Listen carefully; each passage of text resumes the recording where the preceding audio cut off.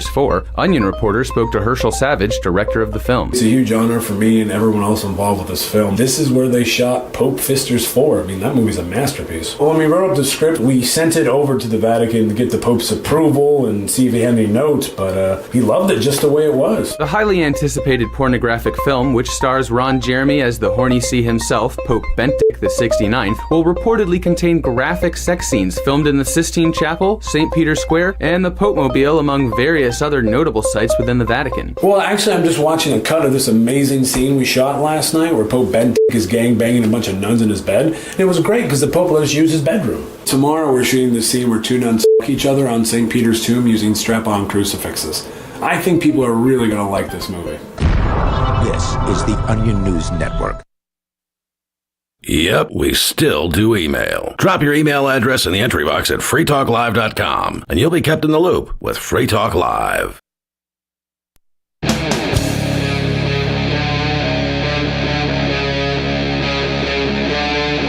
Free Talk Live.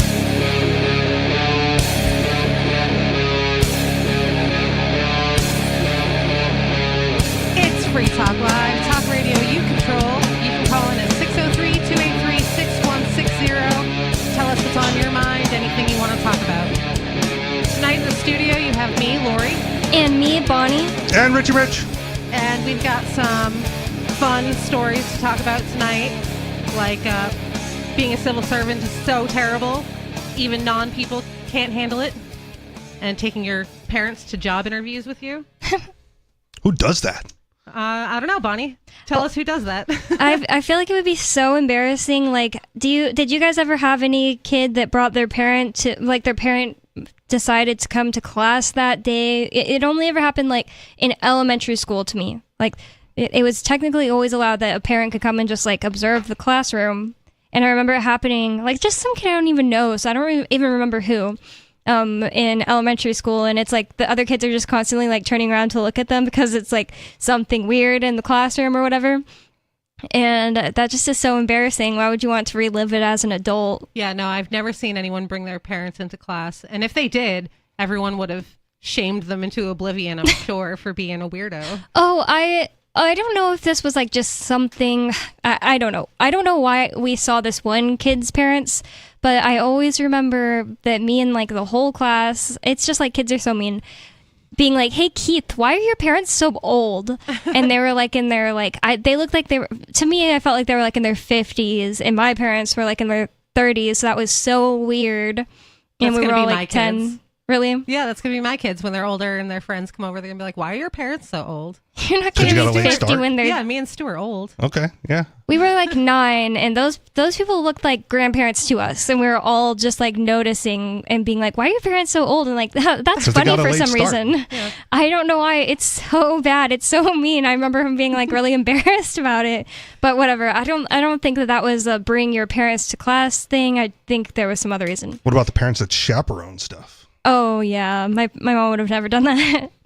Yeah, I'm sure that we had parent chaperones at things, but I don't ever remember seeing one. I think that they were just so like whatever to me that they were invisible. Yeah, right. Like that's not even a person. They were on the entire field trip with you at the museum, and you didn't even notice them? Didn't even notice them. I barely remember field trips. Like sometimes somebody, like I still have some friends from elementary school, and sometimes they've been like, remember this field trip? And I've been like, whoa, I remember it now. But for the most part, I remember classroom more than field trips. There's one field trip that I remember vividly because it's like seared into my memory because they took us to the sewage treatment plant. What the?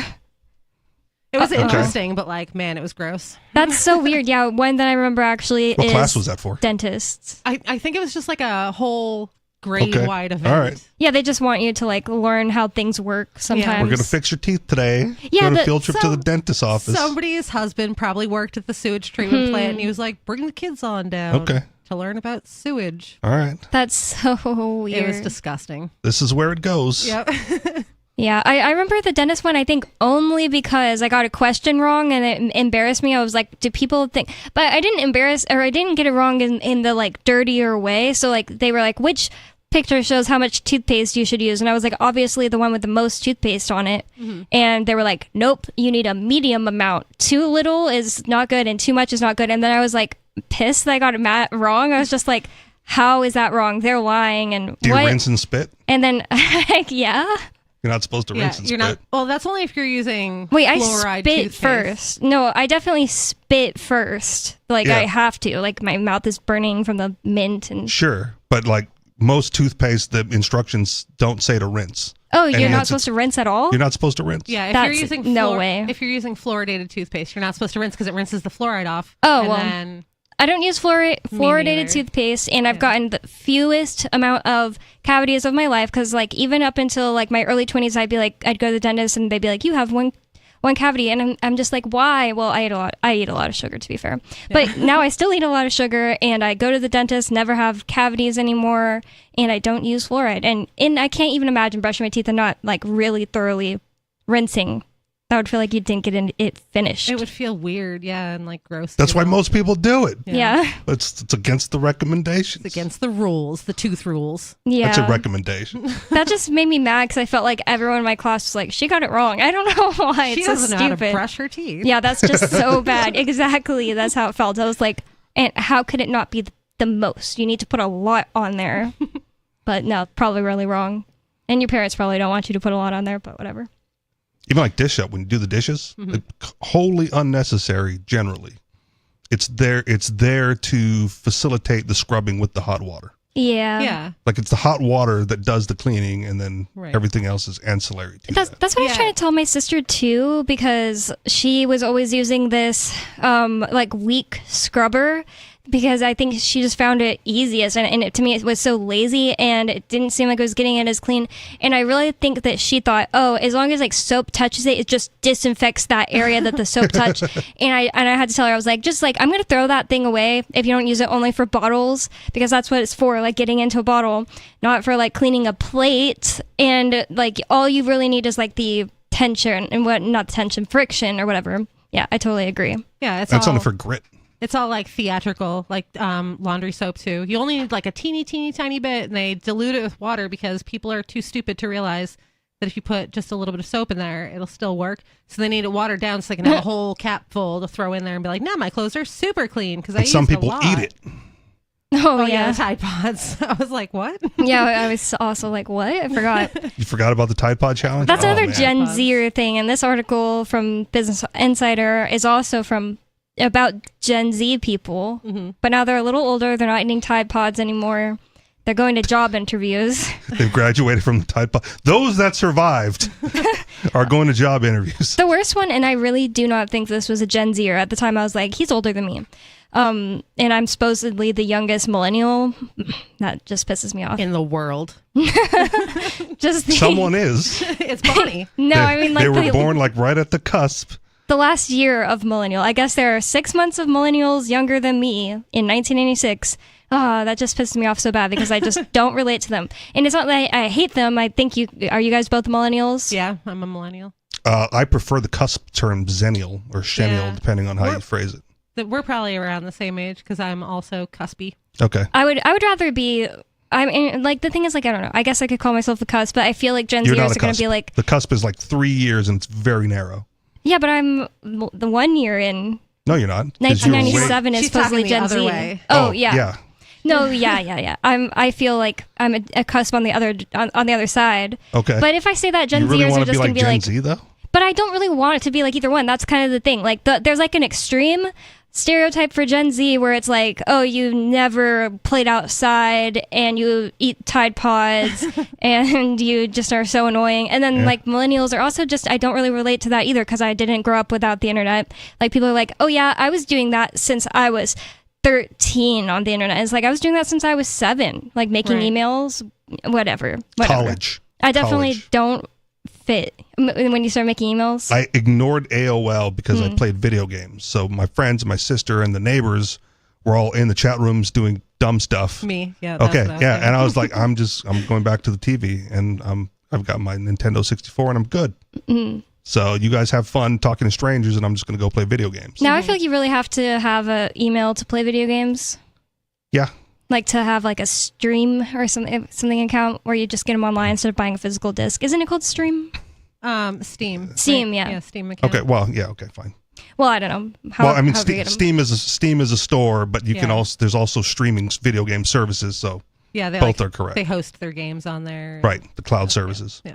Well, I'm trying to promote the acronym FGOD or FGOD within like the retro video game community, and it goes nowhere because I have no cloud whatsoever.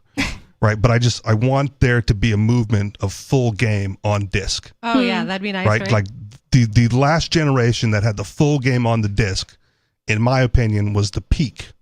Because now you download a game or you even buy the physical disc, the game's not even there. yeah. well, And then they host the game on a server, which means like 5 years from now you still have the disc and there's no game. well, Yeah. Well, and they're like, here's this game.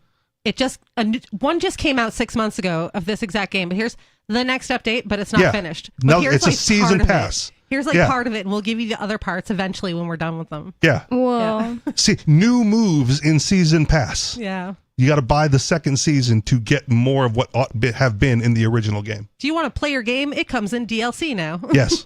that's, And so dumb. that's the downslope of video games, in my opinion. You'll own nothing and you'll like it. No, because I Yeah. torrent and I 'Cause he get doesn't I like it. download and I get the full game on the disc. That's everything now, though. Like, that's movies and games and music. You'll own nothing and you'll like it. According Yeah. to all of these companies, everything's a subscription service now. Which Yeah, is why I'm even- still a pirate. Like with Apple Music, it's a subscription service, and like technically you could download them to where you can listen to them without internet or whatever. But it's not the same as buying one. Like it doesn't go to the artist's like stats. It's just listening to it on your subscription. So it like goes to it goes to like their streams, but not like their. I just heard that recently, and I was like people are like, if you want to support blah blah blah artists on their new album, make sure you go to iTunes and actually buy it instead of just like listening to it on Apple Music. And yeah, you don't like own it or anything when you don't buy it. No, you don't. You don't own it even when you do buy it. Like there was. Yeah, they'll take it away later. What was that company that Amazon. recently just like got rid of a service, and they were like, "Sorry, you guys just bought this for like $200." Sonos? I don't Maybe. know. I I, think- hadn't heard this. Okay. But there was a service, and they were getting rid of it. People just bought it, and they're like, "Well, we're getting rid of it, so now you don't have anything, and we're still keeping your money." Yeah, I forget. Sonos sounds right, but don't quote me and don't get mad Yeah. if that's wrong. I'm gonna But yeah, get furious. they launched I would they not be launched a happy. thing. They launched a product, right? Like a physical product that was hundreds of dollars, Mm-hmm. and it was supposed to come with the back end service to use the product. And then they went, well, it's not really profitable for us, so we're turning off the service, Yep. and it bricks the product. Yep. Yeah. You have it, and then you can't use it. Yep.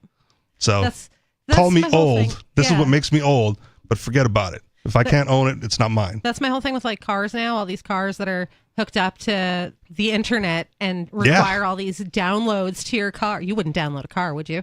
Apparently you would now. But if they decide, There are people getting stuck in their Teslas because software Oh updating my- can't unlock the door. or just because it's Tesla and they don't work right. Yeah, Like, that's true too. those people, that little kid that got locked in a Tesla, the 2-year-old, and they had to call the fire department to like break the kid out. Well, But like, say you buy a car from one of these companies and the company goes bankrupt, and now your car's just a brick because you have no updates, No to your software car. updates for the Yeah. computer that runs the car. Right. wow. Does anyone really like it better this way? Well, okay, maybe with Gen like Z. Tesla. Gen Z likes it better this way. Well, that Sarah kind in of New thing, Mexico. like Teslas and stuff. I think that there are people that like it better that way. But does anyone like it better not having their game on the disc and not owning the song? I don't know. I mean, the companies that own all these things.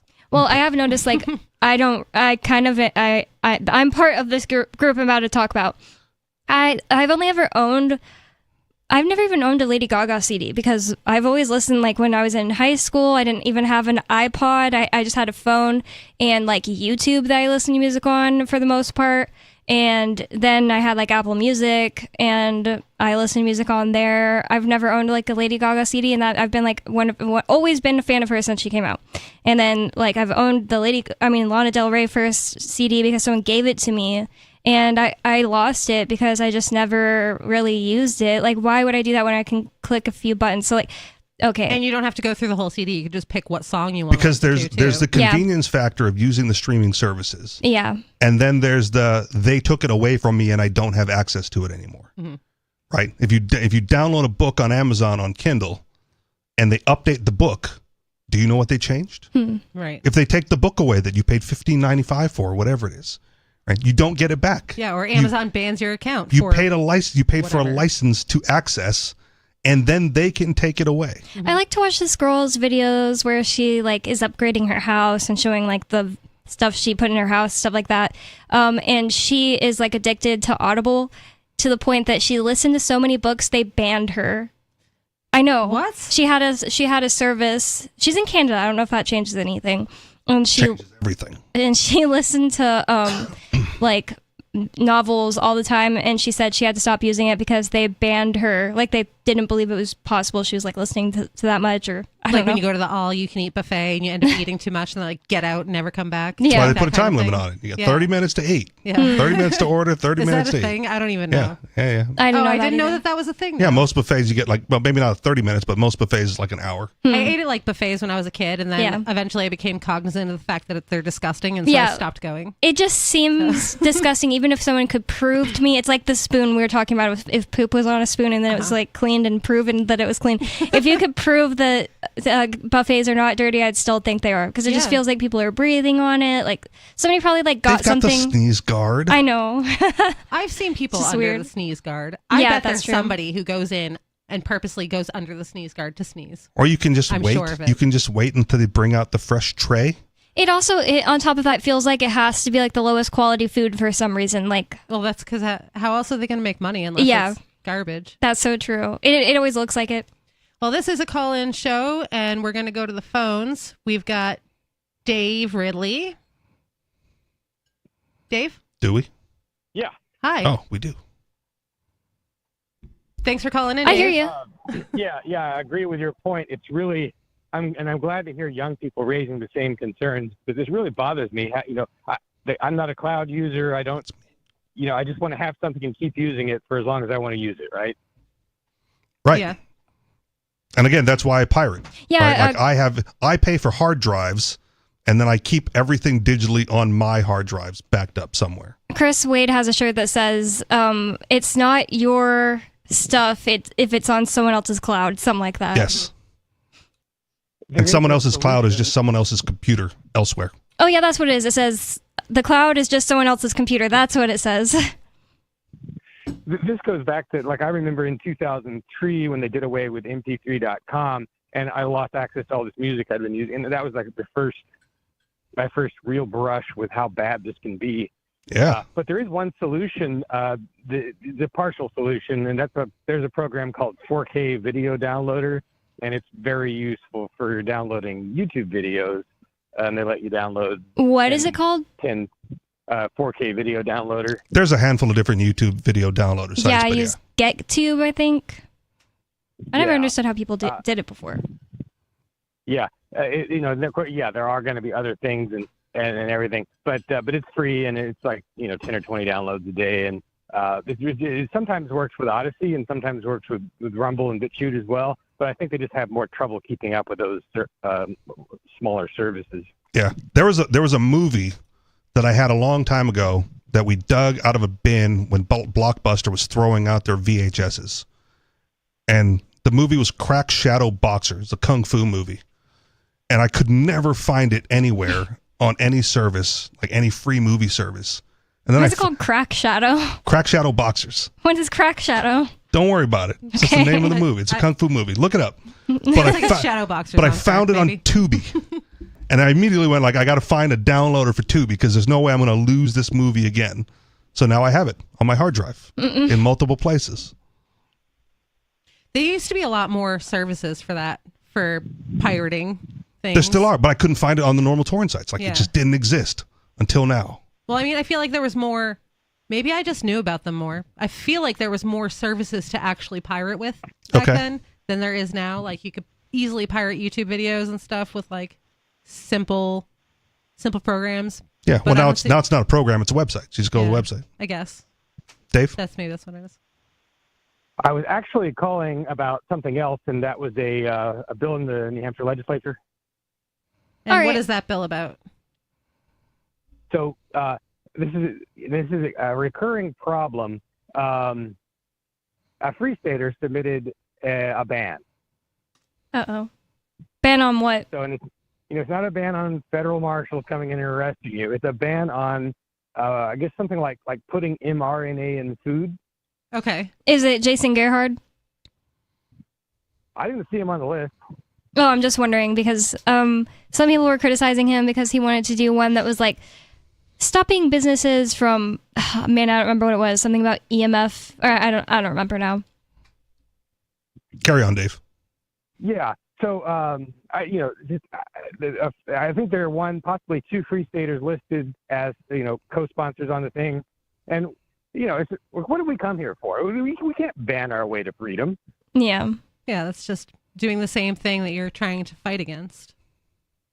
Even if it were a ban on U.S. Marshals, you better figure out a way to fund that without any taxpayer expense, or that's not a libertarian bill anymore, right? That's an authoritarian bill. It's just going to cost money. Mm-hmm. It feels like a lot of people there ought to be a law about everything. Well, what would be the libertarian solution then to keeping the federal agents outside of our little enclave? That one I found a lot harder to think of a solution, but this mRNA one is like you don't have to shop with them. Yeah. The people use it. Yeah. I think the closest thing to it would be independence, where the independence referendum is funded, in some manner other than taxation. It probably costs a few $1 million to do an independence referendum. I don't know how much it cost in Quebec in '95, but it would be along, something like that.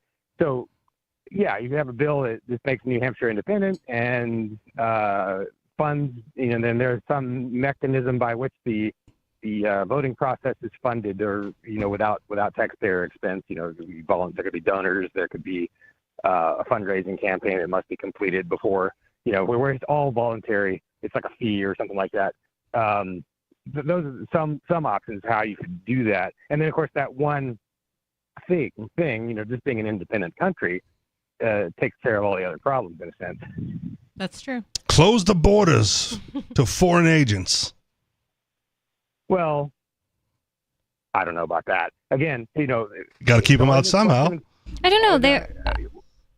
I guess like you'd have to fund it some way. But I just don't see what's wrong about closing the borders to a person like that. Like they're acting under the authority of the government, and they're obviously like coming to do no good. I mean, like maybe if they were off and they're like, hey, we're just vacationing in New Hampshire, then it wouldn't be right to do it. But I don't know. I think it's totally okay to deal with that. I think it's totally okay to not associate with terrible people. Yeah.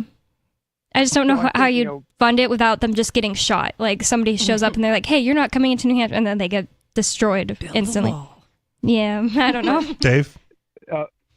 Bush II was, I guess, banned from entering certain countries.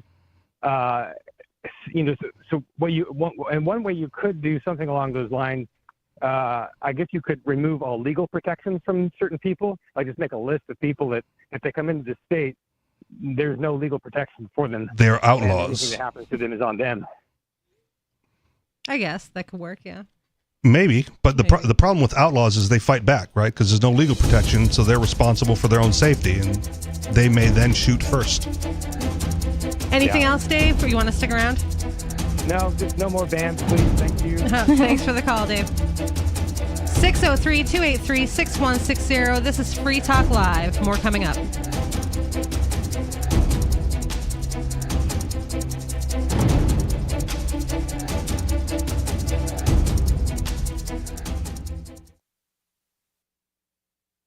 We have some good news. The indictments against Ross Ulbricht in the District of Maryland were dismissed with prejudice, meaning they can never be refiled. This is especially good because those indictments contain the only charge ever made that Ross engaged in murder for hire. This was a serious allegation that Ross Ulbricht denies. It was never prosecuted or ruled on by a jury, but was trumpeted by the federal government and the media as if it were proven fact. The Maryland court held these indictments for almost 5 years, poisoning Ross's case and leaving him under a cloud of unproven allegations.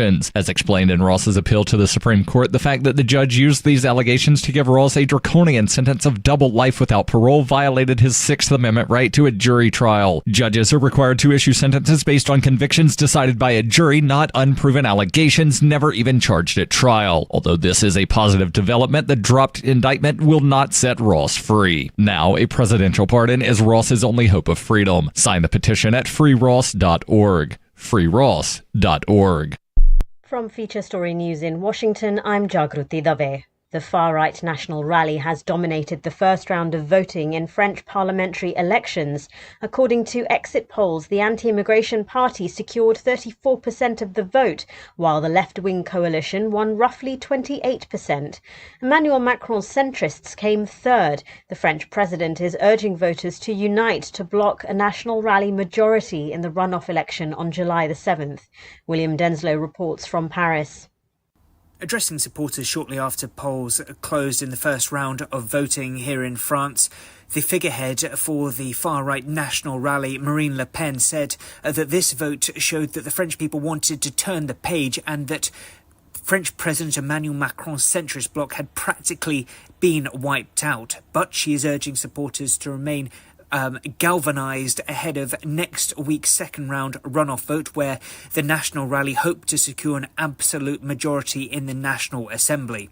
French President Macron says that he is urging his supporters to do all they can to stop that from happening. He says what is needed to prevent the National Rally securing that absolute majority is a clear democratic alliance in the second round. William Denslow, Paris. The US Supreme Court is expected to rule on Monday on the case concerning Donald Trump's claims of presidential immunity. The former US president is facing 4 charges related to attempts to subvert the results of the 2020 election. Among the 4 charges leveled at Donald Trump, conspiracy to defraud the United States. On the last day of the top court's term, the 9 Supreme Court justices will decide whether or not the former president is immune from prosecution because he occupied the White House.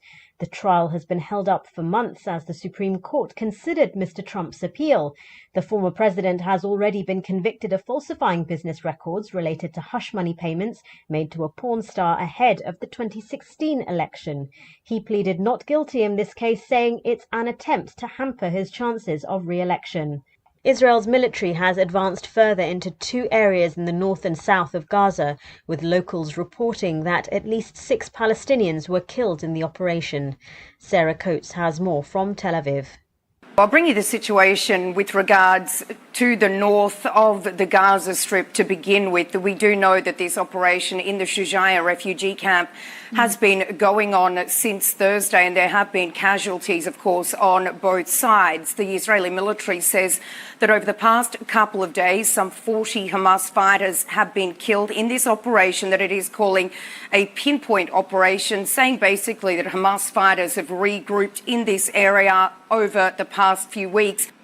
From bureaus worldwide, this is FSN. Got Telegram? You can follow our channel there and discuss show prep with other listeners at telegram.freetalklive.com.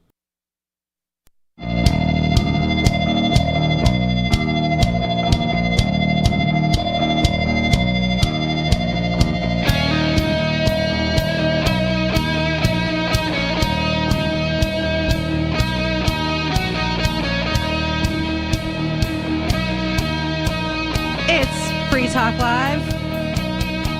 Talk radio you control. 603-283-6160. Free Talk Live is brought to you by Dash Digital Cash.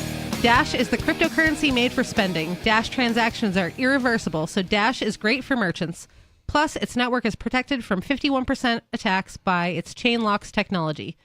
Thanks to the Dash DAO for sending us 32 Dash per month for this sponsorship. It's easy to get and use Dash. You can learn more at dash.org. That's dash.org. With me, Lori, in the studio tonight, you have Bonnie and Richie Rich. And we're going to go straight to the phones. We've got Turd Ferguson. Turd, what would you like to talk about? Yeah, so I have a couple things to add to the last conversation. I don't know much about cars, even though I do suspect that it's going to be bad as time goes on with them just turning people's cars off. Mm-hmm. But, you know, I've got an iPod Classic that I use pretty much every day. It's a 256 gigabyte modded iPod. It's got a solid-state drive in it, extended battery life, lithium-ion battery. It's pretty sweet. You're stuck in the early 2000s, that's why. Well, I actually went out and bought an iPod Classic, the same one, the 256 gig for Stu, like, aftermarket off of eBay a couple of years ago because you couldn't get them anymore, and you can't buy anything like it. Well, it's cooler when you and Stu do it. When Turd does it, it's because he still wears like Hollister shirts that say 1996 Beach Classic or whatever. And well, I don't know, but my iPod also has the skeleton clear skin on it, which is pretty cool. You seem very proud of this iPod, Turd. Yeah. Yeah, it's pretty awesome. I also bought a Nintendo DS Lite for the same reason. Like, they wouldn't let you buy it anymore in stores, so... Yeah, well, it's better. I got about probably over 100 gigabytes of music that I actually own on this iPod, and a good bit of it has actually. That's rookie numbers. Only 100 gigs. Not rookie numbers. Yeah, well, I have 100 gigabytes of really, really good music. Oh, okay. Actually, better even than Bonnie's taste in music. It's like, and Bonnie does have some pretty good taste in music. It's like Wham. Are you excited for Katy Perry's new album, and have you heard that it's coming out like really soon? I haven't heard about it, but I'm excited for it now. I'm sure it's very masturbatory. Get your sock ready. Yeah. And I got to say, so I got a lot of Teen Pop on it, and Nirvana and Oasis and all that, and the Beatles, and of course all the good stuff. But a lot of it came from the used CD market, which, if the free market gathered together and decided that physical media has value again, which, by the way, I suspect will be actually soon. I suspect that will happen. Then it'll be good for everybody. And this will actually tie in to the pirating because, if you really like good media and you want good music to make a return, then if you pirate stuff, then you should just buy it if you like it afterwards. Because what's happened is it's screwed up all the incentives. Because if if media doesn't have value, and pirating has obviously dramatically decreased the value of it, because if you can get it for free, it doesn't have as much value. So it's artificially diminished the value from an economic standpoint of media. I would suggest the opposite. No, I'm right. Trust me. What's the opposite? Do you mean? Well, having intellectual property induces artificial scarcity and artificially increases the value. Well, I would think the streaming services lower. If pirating lowers the value, then streaming services would also lower the value. Correct. It does. And I mean, but it's not that valuable to begin with. Yeah, because it's ubiquitous. I kind of think that Richie Rich is probably right, that it's artificially inflated. I've been listening to music, all my favorite music, most of my life on like YouTube, and like my other friends were always like, whoa, why would you do it that way? That's like such a terrible way to listen to music. And I was like, I don't know. I always have. Like, I didn't have a smartphone for way longer than some of my friends my age. And I just had my laptop and I'd play music on it while like playing Neopets and stuff. Well, I was never paying for it is my whole point. Yeah. I don't know why. I just don't understand Ian talks about this sometimes too, where he's like, I liked this thing that I torrented, so I bought it to support them. That's like a thing where it's like, oh, well, you did that almost as like a donation, and that's fine if you want to do that. But I would never tell someone like they're doing something wrong if they don't. Like, oh, you're doing something wrong if you don't do it the more expensive, inconvenient way for you. That's not the market.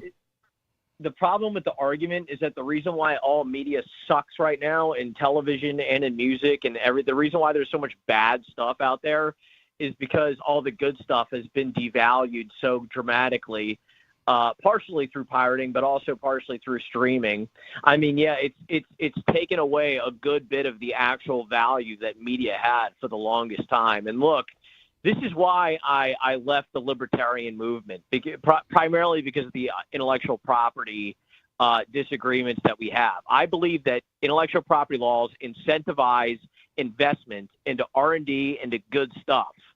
And when you take away the incentivization of that, and I'm talking strictly from the basic economic standpoint of this, okay? I mean, I feel like this was covered in Healing Our World.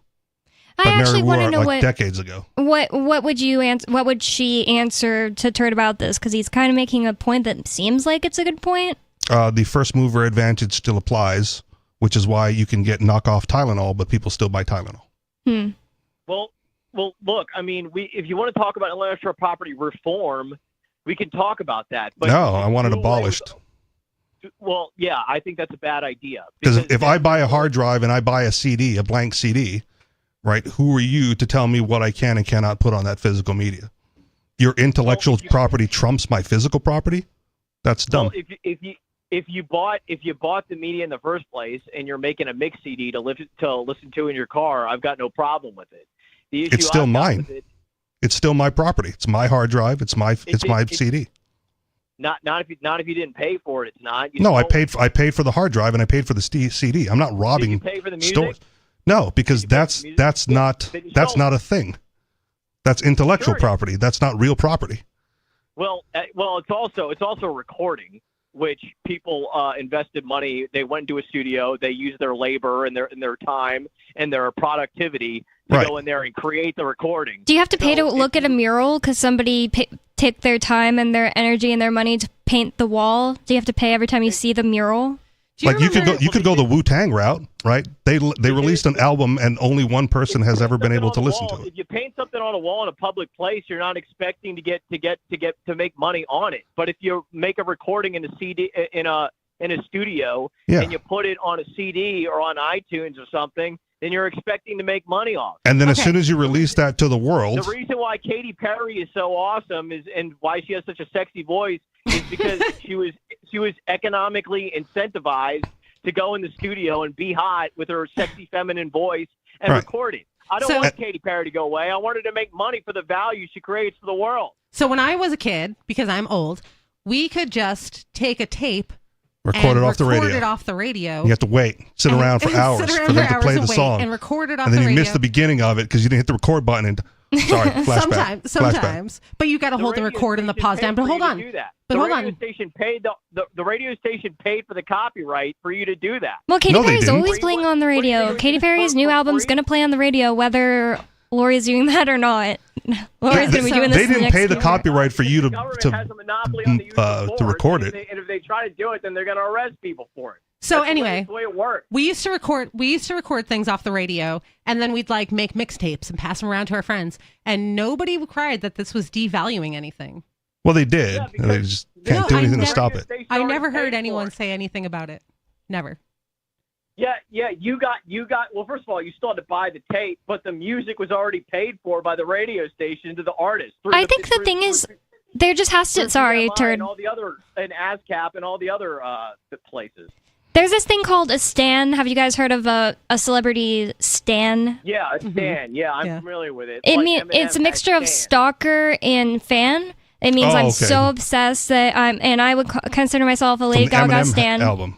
And and I also always think of it like Eminem whenever I hear it. It's so annoying. I'm pretty sure that's where it generated from. And the song, I don't think it is where it generated from. It's stalker and fan. But anyways, do you know the song? I do because it has my name in it. Like I guess his daughter's name was Bonnie, so it's like he talks about his uncle or cousin Stan, and then it references. I only know that because when I was like in 8th grade, I had my Eminem phase. No, the song stands about a stalker fan of Eminem's that kills himself. Sends him letters over and over and over again. Who's doesn't his get a uncle? reply. His name was Stan.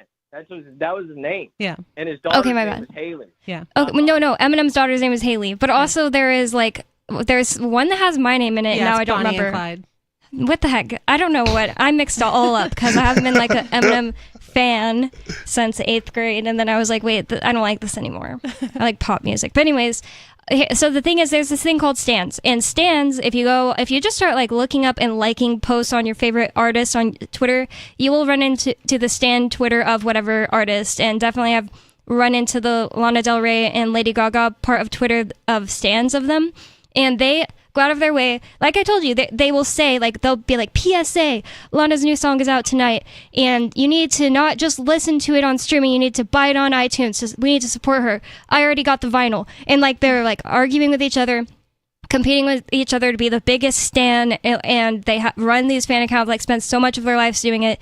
Like, those types of people, if you're not good enough artist to have stans, then maybe you just, like, shouldn't exist anyway. Like, the market didn't want you. I don't even like Katy Perry, but I'm totally going to torrent it now just to piss off Turd Ferguson. All these people have millions of dollars. Oh no, they're going to have to get a smaller jet.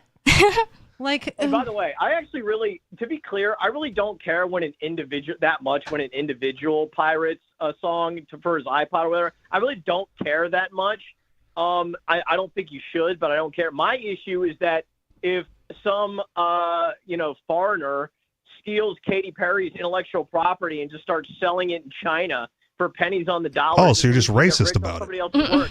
I have serious problems with it because I don't. Why? Like They put effort and money into putting it onto those discs and selling it. The point is, my intellectual property is not our intellectual property. As soon as you put it out there, it is absolutely our intellectual property. No, that's how knowledge works. No, it's not. Knowledge gets released to the world, and you lose a claim over it. If you're walking around in public, economic growth, and they incentivize investment into research and development, and it makes everybody's life better, not just mine. And again, I would advise you to reread or read for the first time. Do you have an iPhone in your pocket? Yeah. Do you have an iPhone in your pocket? I mean, not in my pocket, but it's on the desk. Okay, well, why do you? You know what's on this iPhone? Pirated music and pirated books. Why do you think that iPhone was invented in the first place? Because there were intellectual property laws that protected Apple's investment into creating something so amazing. Yeah. You think they would have done it for free if they had known that anybody could have just stolen their idea and sell it for half the price on the open market? They did. It's called Android. Right, yeah. There's tons of other kinds of phones. And I wish there were more. We were talking yesterday about how much it sucks that there aren't just numberless or, innumerable variations of phones. There seems to be such a little... Not iPhones. There's one iPhone. It's the best. And that's why you have an iPhone and not a crappy Android. There could still be iPhones, and then there could be lots more other phones, but there's just all these regulations. And I really think Chevron's gonna beat that up. Thank God we have IP laws to protect the intellectual property of iPhones because they're the best. I don't want to go buy a knockoff iPhone that sucks. I want a real iPhone. Let me just say this one more thing. Would you jailbreak your iPhone though? No, I have an Android because I don't want my phone to tell me what I can and can't do with the property that I bought. Yeah, my phone pissed me off today. It locked me out because I was walking and I didn't notice I was clicking buttons, and it was like, you can open it in 1 minute. And I was so afraid that I'd put the number in wrong when it came back because I was nervous, and it'd be like, you can open it in 5 minutes. That's what it does. It locks you out if you're clicking your own name wrong. And if you're walking with it in your pocket and it turns on, it does it, and you look at it and you're locked out of your iPhone. I mean, change the setting. I'm not a fan of... Is that a setting? It's a security feature. I probably did that when I first got it. It's a security feature so that if someone steals your iPhone, it wipes it if they try the code too many times. Well, yeah, imagine if your kid grabs your iPhone and keeps playing with it and then your phone's wiped. That's a silly idea. Yeah, I should change the settings probably. Change the setting. I didn't really think of it as a setting. I don't want an iPhone because I don't want to be restricted to only using products with it. Yeah, that's fine. Or get an iPhone and crack it, right? Oh, is that jailbreak it? Well, I was wondering how you have torrented, but I guess I didn't want to ask. I also think the user experience on iPhones is not great. I torrent and then I telegram to transfer. I feel the complete opposite. Well, I don't know what kind of phone you have, but I had Galaxies, and I only had it because I had a boyfriend that was like, "Oh, this is the best phone. You should get this one." So I was like, "Okay." And I had them for a while, and then when I got an iPhone, it changed my life. I was like, "It's so much better." I think phones are just like survivor bias. Thank God for intellectual property laws that we all have iPhones and not crappy Samsung Galaxies. You're talking to two people that are old, man. Like I could survive without my phone. Yeah. Well, I could survive with a Galaxy now. I actually agree with Richie Rich on one thing, though, that he said about video games. I actually like the idea of returning the video game to the disc, not only because it'll give the media more value, but also because I'm really excited about Resident Evil 9, which I believe will come out exclusively on disc because Capcom is smart and they don't want to devalue their stuff. And speaking of Eminem, yeah, but as soon as they put it on the disc, someone's going to rip it, and then it's going to be available on the torrent sites. Yeah, but it's much unstoppable. It's much more difficult to download it and put it on a disc than it is to just download a standard torrent. But check this out. I actually heard that Jill Valentine is going to be one of the characters of Resident Evil 9. And speaking of Eminem, that's awesome because that'll make my pee-pee go. Doing, doing, doing. You know what I'm saying? All right. That's gross. Do you have anything else to add, Turd? I think that's it. All right. Thanks for calling. All right. And we have another caller, unscreened caller. What would you like to talk about? It's your boy, the traumatized Free Talk Daddy. Why do you change? Is there any reason behind the cities you call from every night. He doesn't want us to be like, oh, it's Skeeter, not answer. Yeah. But we But all I know it's you. I then we know, can't like play I'm the always gonna song. answer. I'm coming closer to New Hampshire. I'm trying to take you guys up on your offer. No, because you went from host San the Antonio to studio. Anchorage, Alaska. Yeah, I'm a circuitous route. I'm just taking the scenic view. Okay. If I take you guys up on your in studio offer, could I sleep in Ian's room? There was never an offer. Was there actually an offer? Ew. I think the offer was to get his own. Okay. How many Ron Paul posters is in the room? Just the one above the bed. Oh my god. Hey, I wanted to address that idiot Turd Bergerson real quick. Hey, dummy! If government subsidizes R&D, you get too much of it, idiot. If the costs to develop a new tech are too high, that's almost necessarily it necessarily indicates that an intermediate technology is needed to lower the cost of development, idiot. Or you just do it for rich people. What is discovered? Right. New technology is always the cost is usually borne by rich people who get it first. I didn't think that he was talking about the Depends government. on the technology. Did he say anything about the government subsidizing it? Maybe I missed that. No, he was talking about if you buy intellectual property, it has that turns into money for R&D. And so Turd is saying that you get R&D from the government. If government takes on the cost of defending intellectual property, that's part of the cost of development. When you subsidize that, you get too much R&D. That's reasonable. These companies, and you get all these people spending too much time trying to develop stupid technology that doesn't need to come to market. Competition forces them to innovate. They innovate low-hanging fruit, right? And if R&D is way too expensive to develop this technology, that means you have to discover something, an intermediate technology to make it cheaper, right? Or just a competitive technology to make it better. I didn't think of study real economics instead of reading. I don't even want to say economics in one lesson because that's utilitarianism. But if instead of studying human action, you read a damn economics textbook, you'd realize this because this is just simple subsidy theory and deadweight loss theory. Hey, Skeeter. That's not really what I wanted to talk about. What about Principles of Economics by Carl Menger? That's okay. He's the only Austrian I respect. Everyone else is I mean, that's the foundation I thought he for... wasn't Austrian, and I thought that he was whatever was before, like the Chicago people. No. No, but he's the only... He's like the as soon as you get grandfather. to Menger, everyone else is trash from there because Menger actually made contributions to actual economics with marginal analysis. And you don't think that the other ones that get referenced built upon his foundation? No, I mean, he's not the only one. 3 people discovered this. He's not the only one. Okay. 3 people independently discovered marginal analysis. And unfortunately, the subjective theory of value came out of that, which is why utility is valued, idiot. But I just not really what I want to talk about. What do you want to talk I wanted to talk about, what was the previous caller? Turd Ferguson. Calling in about New Hampshire. Dave Ridley. No, yeah, he was talking about secession in New Hampshire. Forget banning, right? That he's talking about banning not being a libertarian solution. Neither is repeal. Well, that's not an ineffective solution. You know, secession isn't a libertarian solution either. Secession is theft.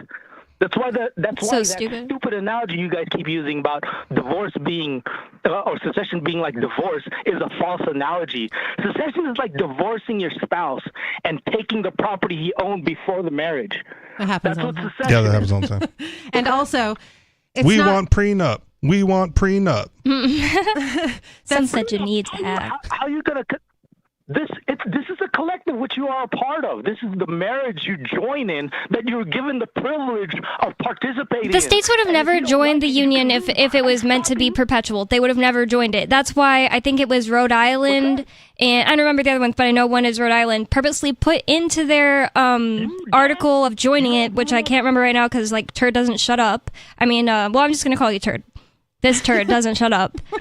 They put into there that they weren't going to join it unless that was able to, like, with an exit. There were 4 states that joined the union from the very beginning with a clause in their, I don't remember what it's called because it's not... Ratification. Yeah, their ratification documents that they were not going to join it without an out. Like, that if they were allowed to get out whenever they wanted, then they join. And if they didn't, then they didn't. But we fought a war, Bonnie. The Civil War put an end to that nonsense. I hate that line of thinking. That's. You know what? I mean, he's a utilitarian, so he's going to say that that's fine because, like, oh, well, the might makes right thing. But I don't think that's fine at all. I'm actually totally on the side of the South. I'm happy to be going in Tennessee. I feel like I'll be, like, refreshed a little bit being back in the place where everyone's ancestors weren't killing the Southerners for wanting to. T-shirt. Yeah, I want a battle flag T-shirt. No, I don't. Only because of, like, the implications for today, and it'd be a bad idea. Maybe it wouldn't be that bad of an idea in New Hampshire. Like, people either wouldn't know what it was or they wouldn't care enough. But it'd be a bad idea most of the country. Look, Bonnie, last I checked, you weren't a Supreme Court justice. This is settled in the Supreme Court. Last I checked, you weren't. That doesn't mean anything. They do good faith interpretation of law. They actually, what you're supposed to do is you're supposed to look at what the founders intended to do when they constructed the Constitution, not anything before that, but this final agreement in the Constitution. And the idea that the founders intended the Union to be perpetual is stupid. That's just stupid. That's like nonsensical. And, like, not common sense. You wouldn't use common sense to decide that people decided, yeah, we're going to join this union of states, and instead of just becoming one big country, we're going to still be states, but we're in a union. Oh, and we can never change our mind about this. That would not have happened when they just fought to secede from England. Oh, man. It's in the Declaration of Independence, too. Not only economic reasons to keep the union, there's security reasons. It's also in New Hampshire's Constitution. Rewriting your national defense, and that is a big problem because when your defense fundraising is insufficient, that creates a big problem with people. I think even if New Hampshire had to rely a lot on the U.S. for protection, it wouldn't be enough to make some kind of a big deal. We as in the Union, the Fed, spend so much money needlessly with the with protection that it would not make a dent if New Hampshire is kind of like feeding off of us in some way. But I don't even think it's a good argument. But I'm just saying, even if it was a good argument, well, maybe you should like pay attention to how much they're spending on like pencil shavers and stuff like that, because we're also on the cusp of World War III because of the collective defense argument. Say that again? We're also on the cusp of World War III because of the collective defense argument. On the cusp of World War III? They prevented World War III with nuclear bombs.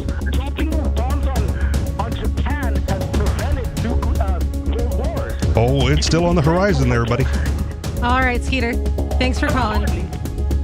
Free Talk Live, if you want to call in and talk about whatever. 603-283-6160. Hour 2 coming up.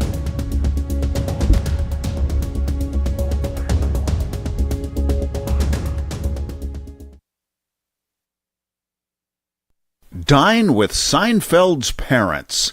I'm Holland Cook with Inflation Hacks. You can still afford to dine out occasionally by shopping smart.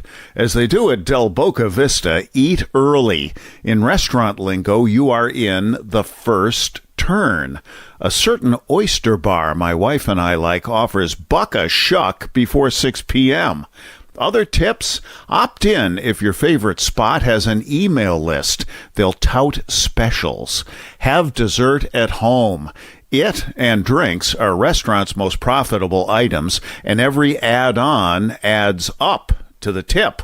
Members actually bother reading what AAA and AARP send you. You're entitled to a discount at some restaurants.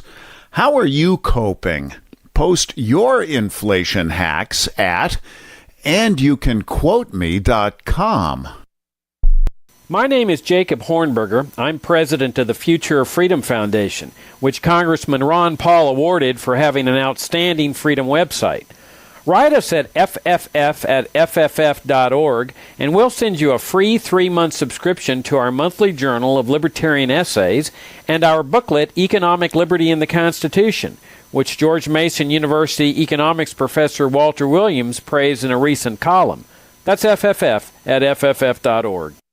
What if you want to hear the latest episode of Free Talk Live, but all you have is your phone, you forgot to download our archive, and you have no data connection? You can call our Listen line at 641-793-0191. That's a long-distance number, so you may incur charges. If not, listen as long as you want. 641-793-0191. The Free Talk Live listen line, 641-793-0191. You're listening to the live edition of Free Talk Live. Hour number 2 is next after the news here on the Liberty Radio Network at LRN.FM. From Feature Story News in Washington, I'm Jagruti Dave. The far-right National Rally has dominated the first round of voting in French parliamentary elections. According to exit polls, the anti-immigration party secured 34% of the vote, while the left-wing coalition won roughly 28%. Emmanuel Macron's centrists came third. The French president is urging voters to unite to block a National Rally majority in the runoff election on July the 7th. William Denslow reports from Paris.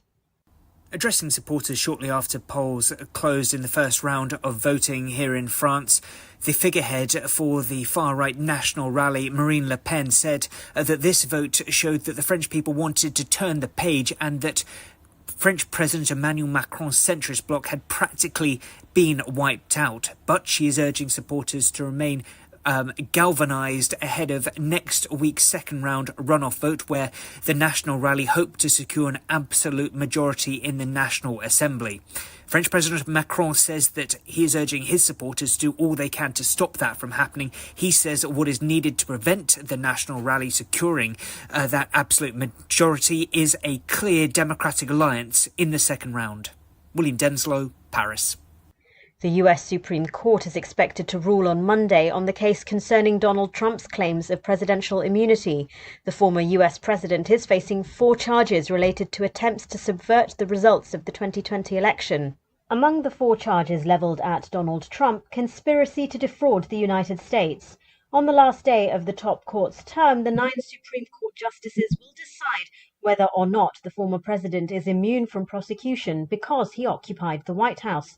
The trial has been held up for months as the Supreme Court considered Mr. Trump's appeal. The former president has already been convicted of falsifying business records related to hush money payments made to a porn star ahead of the 2016 election. He pleaded not guilty in this case, saying it's an attempt to hamper his chances of re-election. Israel's military has advanced further into 2 areas in the north and south of Gaza, with locals reporting that at least 6 Palestinians were killed in the operation. Sarah Coates has more from Tel Aviv. I'll bring you the situation with regards to the north of the Gaza Strip to begin with. We do know that this operation in the Shujaiya refugee camp has been going on since Thursday, and there have been casualties, of course, on both sides. The Israeli military says that over the past couple of days, some 40 Hamas fighters have been killed in this operation that it is calling a pinpoint operation, saying basically that Hamas fighters have regrouped in this area over the past few weeks. From bureaus worldwide, this is FSN. With FSN Spotlight, I'm Simon Marks, looking today at the agonies within the Democratic Party about President Joe Biden's performance in last Thursday's debate against former President and now convicted felon Donald Trump. The president is digging in his heels, insisting he won't abandon his campaign for re-election, and the next few days could be critical in determining whether he sees off calls for him to make way for a younger presidential nominee. Jonathan Friedland is a columnist and former Washington correspondent for The Guardian and argues that 4 months from Election Day, a change in candidates is still possible. In a way, I mean, Joe Biden did a favour for everyone because it was he who brought this debate forward. It should have happened in October. If it had happened then, it would have been just too late. But he wanted it early to allay all these fears about his age. It did the opposite. It made people really worried. But there is time. If Democrats want to do it, there is time. The problem I'm discovering, having had lots of text messages with key people in the Democratic Party today, is that no one wants to be the person who makes the first move. That Biden, is a proud man, a stubborn man, and people, the kind of people he might listen to, former House Speaker Nancy Pelosi being one of them, just do not want to be the person who makes that call. It is worth making the point that at 84, Nancy Pelosi is herself running for re-election to the House this November, though to be fair, she did warn President Biden not to debate Donald Trump, saying several weeks ago she thought it was a terrible idea. With FSN Spotlight, I'm Simon Marks. The main headlines again. The far-right National Rally has dominated the first round of voting in French parliamentary elections. The US Supreme Court is expected to rule on the case concerning Donald Trump's claims of presidential immunity. And Israel's military has advanced further into 2 areas in the north and south of Gaza, with locals reporting that at least 6 Palestinians were killed in the operation. And that is the latest from Feature Story News. I'm Jagrati Dave in Washington. College roommates continue their bonding process until real friends are made, and a teacher hopes they never Google him. It's time for the weekly video feature that's heartier and more comforting than a heaping bowl of mom's butternut squash soup. This is the Onion Week in Review. Longtime James F. Blaine Elementary School teacher Suzanne Pomponio told reporters today that she could not believe how much fatter her second graders are getting. Pomponio estimates that each and every one of her kids must be 8 to 10 pounds heavier than anyone in her 2011 class, adding, quote, "and those kids were pretty fat too." Honestly, I didn't think it was possible that this year's kids could be fatter than last year's, but they are. I mean, short kids are fat, tall kids are fat, and there's a smell. I don't really know how to describe it. Local dad Michael Carrain navigated several discount travel websites today with a precision reminiscent of 18th century Viennese prodigy Wolfgang Amadeus Mozart composing a symphony. This is the Onion News Network. Our Matrix server is about as free as internet chat can be. Join the existing rooms or create your own at chat.freetalklive.com.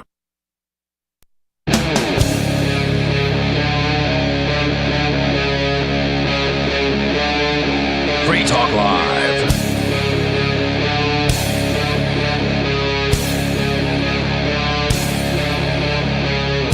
It's Free Talk Live, talk radio you control.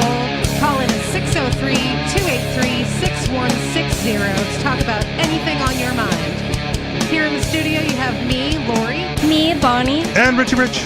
And I'd like to thank Dominic Bashford, who's a silver level amplifier with us. That means that Dominic is giving at least $5 a month to us with the AMPS program. That means that he went to amps.com. That stands for Advertise, Market, Promote, and Support. amps.com and signed up to be an amplifier with us. So thank you so much to Dominic and all of our amplifiers. Again, that's ampsamps.freetalklive.com if you would like to learn what kind of perks and benefits you could get for becoming an amplifier. And thank you so much to everyone who does it. So tonight we've been talking about all kinds of things and we've had some phone calls. We started to talk about this story that Bonnie brought in. We're going to get back to that about Gen Z. The soft generation. Yeah, and how they can't survive without someone holding their hand. How do you spell that again? SAWFT. Soft. Oh my God. Yeah, well, this story, it says that it's from MSN.com, but it also says Business Insider, so I guess that's their thing.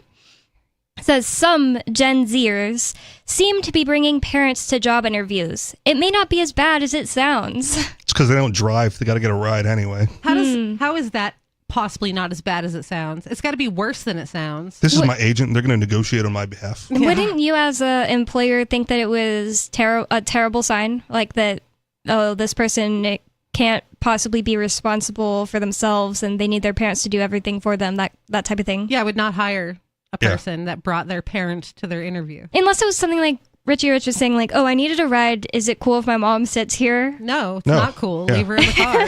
Yeah, tell her to come pick you up when you're done. Or like in the lobby or something. Something. Go shopping. Go do something. Yeah, I wouldn't entertain. So I do the first round of interviews at my current job. Like I'm the first filter to get through if you want a job in a certain position with our company. Mm-hmm. And this lady submitted a resume through Indeed, and the only thing it had on it was like her date of birth or something. Like I'm alive. No other information on the whole resume. And she called and said, like, hey, I turned in my application. Like, I'm kind of looking to see what's going on. I'm like, hold on, let me pull it up. And I told her straight up, like, you know, with a resume this blank, it's automatically rejected. Like, I'm not even going to entertain a conversation with you until you send something better. Did she not mean to do that? Did she go like, oh, I didn't mean to do that? She called back weeks later and said, hey, did you get my updated resume? I'm like, no. You know, I can't, there's nothing I can do for you. I'm not even going to start a conversation with you with a resume this empty. I suspect people like that are on unemployment and they're just going through the motions and sending in job applications that will definitely get rejected so they can be like, I totally applied. Yeah, but sometimes you got to prove it, and you got to get interviews, you got to go to interviews, I think you just have to apply. Okay. Yeah. Maybe there's like a certain amount of applications, certain amount of interviews. Well, then don't follow up with me. I Just think- send it in, let it get rejected. Yeah, I don't know. I think they have to apply to a certain amount. I don't think that it's Okay. dependent upon interviews because that's not really something you Yeah. can control. I mean, again, that's fine if that's the case, but then you don't have to call me, to check up on it multiple times. Maybe. Right? Just turn in a garbage application and move about your business. That's why I asked if it was like an accident, because that's so weird. It may have been, but still, you can't until you correct it.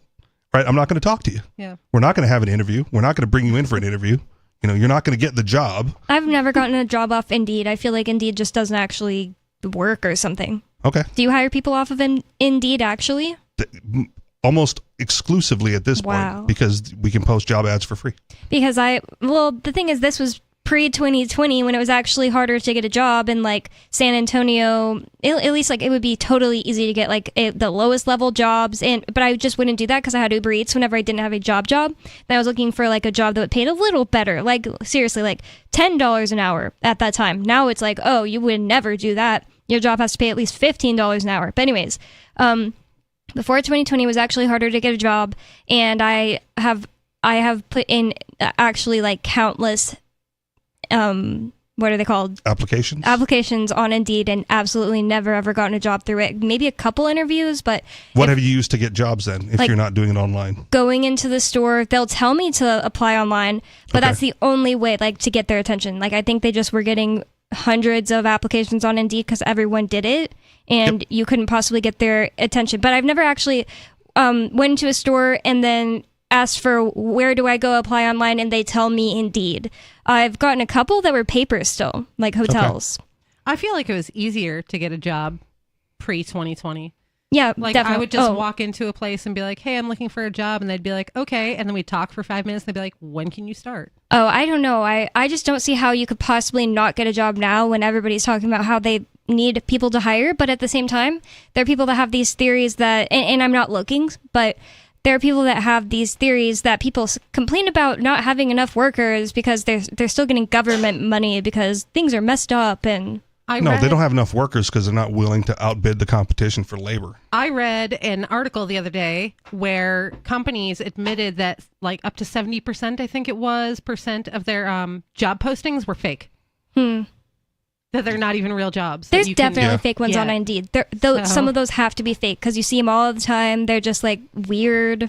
Depends on what it is, because I was a hiring manager for an insurance company, and the turnover is so high that the ads were constantly posted because we just had to constantly be recruiting. My whole job was to hire like 3 or 4 new people a week. Whoa. Right? Because 2 of them would stick and some would get promoted and they'd fail later.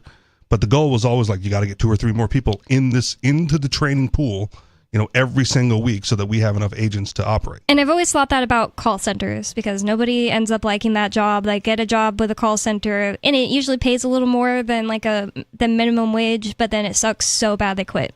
Yeah, they're terrible. I've worked in call centers before. They're terrible. My but sister same did thing, it. you got to keep hiring. So their call centers are always hiring because the turnover is so high. So those application advertisements are always on Indeed. But I haven't walked into a store since like KB Toys right out of college. Like that was the only time I walked in and got a job, and it's because I shopped there so much the assistant manager knew me. He's like, "Don't you already work here?" No, kind of. He's like, "Hey, I'm not hiring for this store, but do you want to do the mall like down the street?" I'm like, "Sure." And he went, so I started with him over there, and then he brought me back to his store. But that was every other job has been an online application in some form or fashion, whether it was Career Builder or Monster or Craigslist. I mean, I know I've applied online, but usually it's like I'm interested in something anyway, and then I ask them how to apply. They tell me to go to like their website and apply. Yeah. It's never like go to Indeed and apply. I would be like, oh, they're just trying to get rid of me. I don't think there's a company around here that has my attention that great where I'm like, I really want to work there. Yeah. Like back in the day, it was like, I want to work at Sally's Beauty Supply because wouldn't that be cool? and now No. it doesn't even seem cool. I mean, it sounds like it might be cool, but then the reality would be not cool. Yeah, that's so true because it's like, well, first of all, I worked in the busiest Sally's Beauty Supply in Texas, so it was just like crazy busy. And second of all, there's like so much stupid drama in them where there's like women who are like, I've worked at Sally's for 20 years, and they're like a terrible, crazy boss who's all controlling and crazy.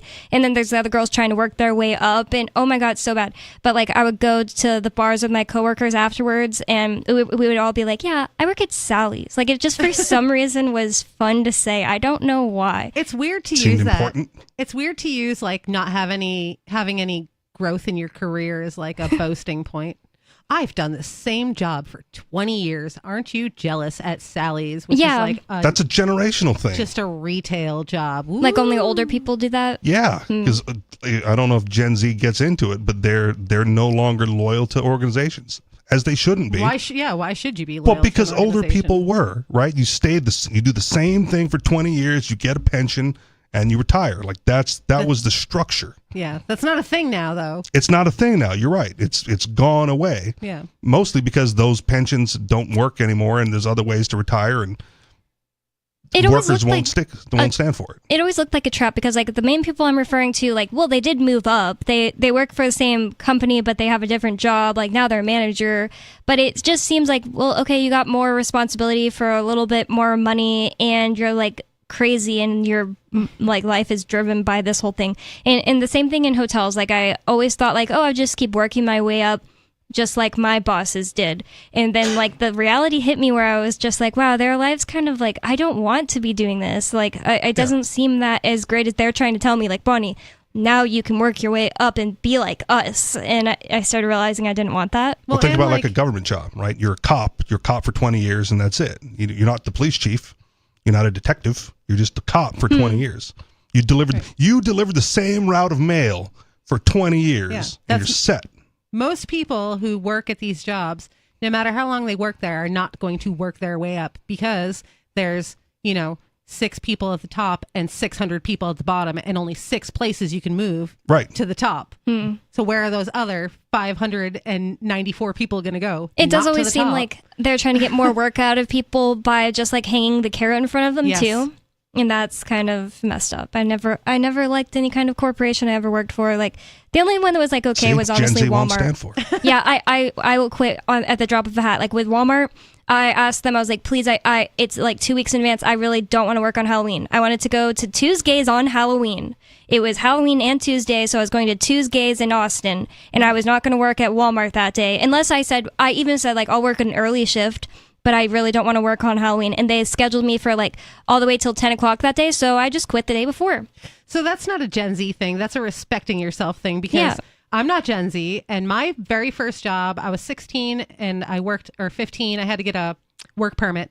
And I worked at a grocery store, and it was my birthday was coming up, and I found another person to cover for me and everything. And I was like, hey, I need the day off. I got someone to cover for me. I got my shift covered. And they were like, no. And I was like, what do you mean? heck? What do you mean no? And they're like, no, you can't take it off. You have to work. And I was like, That's- well, I quit. Yeah. It may not be a So- Gen Z thing, but it's definitely a cultural shift Yeah. because your parents, your grandparents would have gone home and said like, I couldn't get the day off. Yeah, well, that's Right. The job was so important that you didn't want to lose it.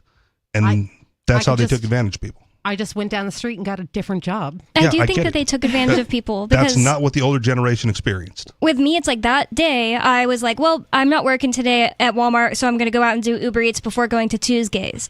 And like people like 20 years ago did not have that. Right. Or they wouldn't. Right. They didn't have the self-respect or the self-discipline. They stuck it out there. And then now, right, the culture has shifted. It's not when I ask for time off, right, it's not a request. Yeah, I'm It's just letting you know. I'm letting you know. Yeah. This is informative for you to figure it out because Right. I'm not going to be here. And previous generations, it was like, I just get the vacation time we want, honey. Yeah. Sorry, we're not going to Disneyland. And like I said, that was like the best corporation I worked for. Like there was this one time this crazy scammer lady came in and scammed me from the cash register for like $500, and I did not know what the heck hit me. I didn't know that it happened for a week later, and they called me into the office, and we kind of figured it out together what happened, and they didn't take it out of my paycheck, and Well, they can't. I don't know. They can't. That's against the law. Even if it wasn't, they didn't tell me like, hey, we could do this. I don't know. They just didn't punish me for it. They were like, hey, let me give you some extra tips on what this lady did. Here's some I don't training. know. I just, like some Here's training. some stuff we should have given you before we put you on a register. I don't know. I think they overall were not that bad. Like they weren't like overbearing, crazy. Like seriously, in hotels, it's like you need to be like sweating by the time you get off your shift, and like if a customer does anything, you bend over backwards for them. And at Walmart, it's like just better. I don't know. I mean, obviously, I feel like it's just like the nature is so different, but I just didn't hate working at Walmart, but I just wasn't gonna skip Tuesdays on Halloween. So well played. Well, and then you go in the next day after Halloween, you apply for the job again and see what they do. I think you have to like not work there for 6 months or something. Whatever. Before you can apply again. even if that wasn't a rule, it wouldn't matter because I was just like too embarrassed. It was my Walmart like closest to me, and I never went there again. Okay. Yeah, No, I would've was just shown like, up. I didn't want them to be mad at me. That's funny because I went shopping the day that I quit in the grocery store that I worked at and spent my paycheck on party supplies. Nice. Oh my gosh. There's no embarrassment there. It's No. a trade. Yeah, that's right. I'm an independent contractor trading my labor for your money. Right.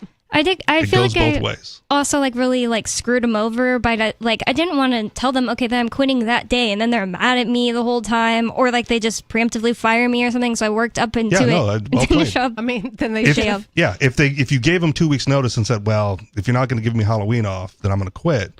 Right. Then they'll just escort you out and you won't get 2 weeks of pay. Right. Right. You owe them nothing because that's what they would do to you. And I think the current generations are finally realizing that. Mm-hmm. Whereas the older generation, you got to be respectful. You got to put in your 2 weeks. You know, it's a really Gotta crazy give thing. notice. That's why they all think that everyone needs to respect their elders, regardless of what a Yeah. terrible person No. their elder might be. No. This is a really bad thing about Walmart that I kind of forgot until now. When I first started working there, they were always telling me like, if we catch enough loss, then we will get. Well, you always get a. I don't know if it was quarterly or half a year or yearly bonus, but if we get too much loss, then we don't get that bonus. So you need to catch enough loss. I don't even know what they wanted me to do about it because you're not allowed Stop to like shoplifters. jump someone. You're not allowed to. No, you're not allowed to do anything like that. It's just like I don't remember now. Like tell the people who are allowed to do something about it. Yeah. They want you to like tail people through the store. No, you just radio security, man. Yeah. There's people for that. Well, yeah, but Yeah. they want you to like watch the customers too. Like, Yeah, that's fine. creep around the corner. But how the heck is it our fault that people are stealing and that therefore that's their you You're didn't the get the first bonus line again? of defense. I don't know. I like to be in the If you see aisles someone, alone. if you see someone pocket a Snicker bar, you call. Never you call in my loss life prevention. did I see that when I had to be around people. Like I really absolutely had to be stocking this shelf and tons of Okay. people were around. But even if I did, I don't know what I would have done to stop it. It's not like I don't Nothing. even think security can like reach in someone's pocket, even if I say I saw it. Well, you know? no, they can't. But they'll look at the camera because they're monitoring it, right? And then they'll call the government. Hmm. Like those are the violent people. I found meth in Walmart on the ground in the toy section. I bet somebody was sad about that later. And there was this creepy looking lady walking around a little like odd, like looking at everything. And I was like, please don't let her know that I turned it in because I just gave it to my boss because I didn't know what the heck to do with it. It's like next to the tricycles on the ground. Yeah. If my bonus Was she like, depended, did you find my meth? No, she just was weirdly looking all around. She was too old to be in the toys section and she looked ghetto. And I was like, excuse I me, think ma'am, that's did you her. drop your meth? Yeah. Yeah, I don't know if that was her or if like the person just left. My boss came, picked it up with a napkin, like held it over his head, walking down because it was in like a little baggie. And I don't really know for sure that it's meth. It's just like clear crystals. Pulled So out his spoon and lighter. is that Let's meth? test I don't know. It was not like powder. And it was in a little baggie. I worked somewhere one time and I found a bat like in one of the aisles dead on the ground. Okay. And my boss was like, well, just pick it up. And I was like, you're out of Ew. your mind. No. I won't. Yeah. I feel like With nowadays gloves, I would. they No, wouldn't not make you even do with that. gloves. I don't even think they would tell you to do that now because Sweep like it up. at Walmart, if you find throw up No, or I was like, meth, figure it out. yeah, you have to stand there over it and wait for someone. So like once my boss walked by, it just happened to be my boss. It could have been anyone. Then I flagged him and was like, hey, there's this on the ground. And he comes and looks at it. And then that's when he picked it up because he's a boss. But Special powers to pick up the meth. yeah. And he was like so scared of touching it. But I would kind of be too. Like I wouldn't necessarily want to touch the outside of some drug. Was it in a baggie or Yeah, was it just yeah, it was in a crystals? bag. Just pick it up. I don't know. Those I wouldn't bag- want those my baggies are fingerprints protective. on it in Texas of all places. That's probably why he used a napkin. Yeah.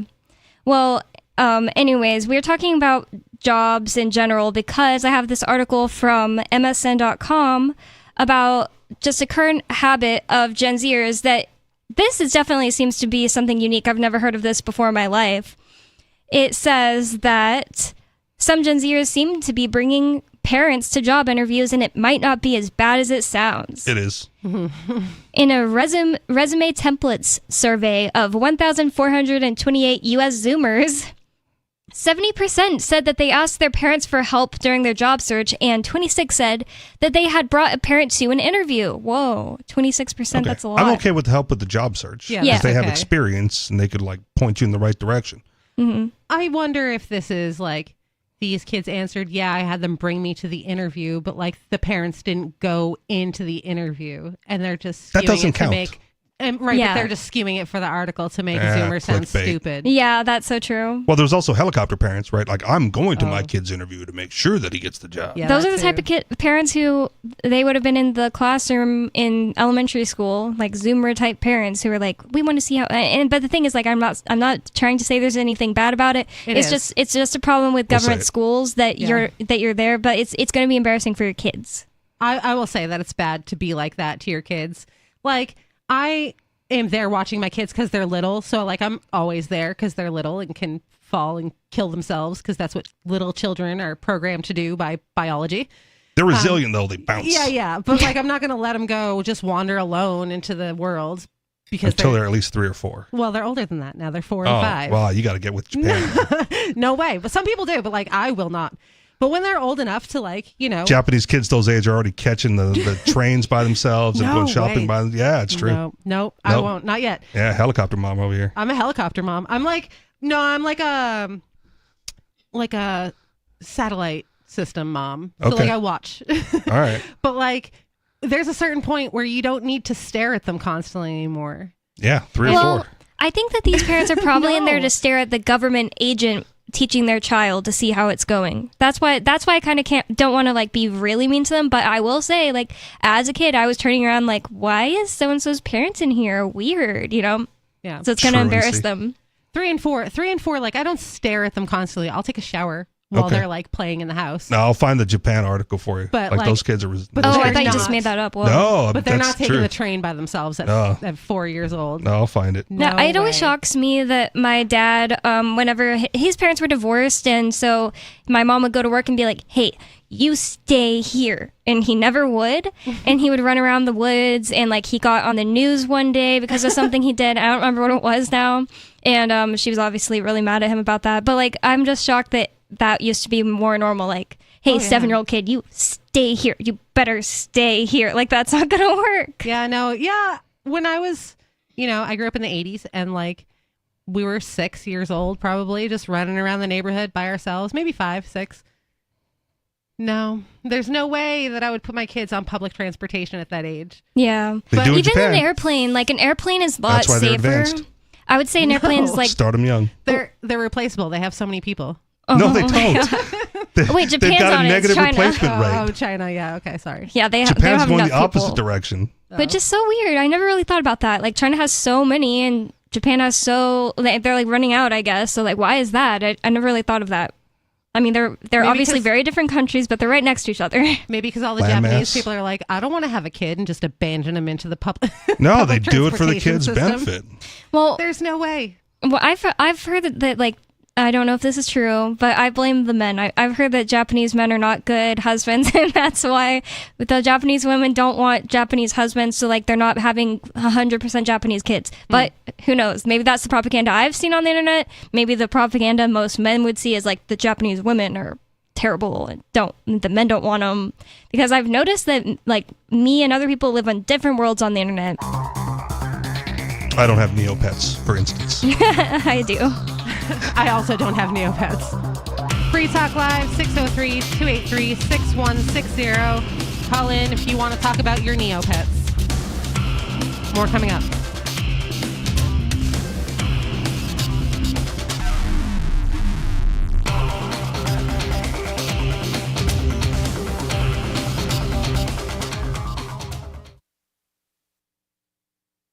Some of you have wanted to support Free Talk Live's mission on a monthly basis, but don't want to support Patreon. Now we have an alternative that also helps our premier streaming platform, Odyssey. Visit video.freetalklive.com and click Join at the top of the channel. You can subscribe for $5 per month, and unlike other subscription services, Odyssey adds their processing fee on top, so it'll cost a little over $5 per month, but Free Talk Live will receive the entire amount you pledged. Higher donation tiers are available if you're feeling so inspired. You'll get a special membership badge that's visible in the Odyssey chat room, and if we get enough supporters, we may enable members-only chat. This new subscription method is a great way to decentralize our direct listener support away from just Patreon and also support a libertarian-run business, Odyssey. Please visit video.freetalklive.com and click Join to subscribe to our Odyssey channel and help support spreading our message around the planet. Visit video.freetalklive.com and click Join today. From Feature Story News in Washington, I'm Jagruti Dave. The far-right National Rally has dominated the first round of voting in French parliamentary elections. According to exit polls, the anti-immigration party secured 34% of the vote, while the left-wing coalition won roughly 28%. Emmanuel Macron's centrists came third. The French president is urging voters to unite to block a National Rally majority in the runoff election on July the 7th. William Denslow reports from Paris.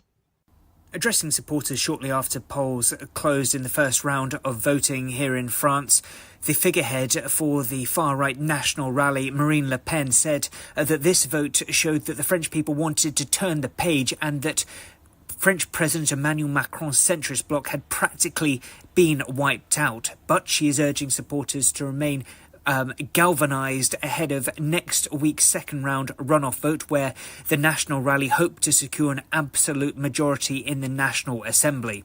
French President Macron says that he is urging his supporters to do all they can to stop that from happening. He says what is needed to prevent the National Rally securing that absolute majority is a clear democratic alliance in the second round. William Denslow, Paris.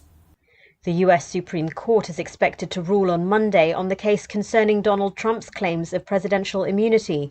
The former US president is facing 4 charges related to attempts to subvert the results of the 2020 election.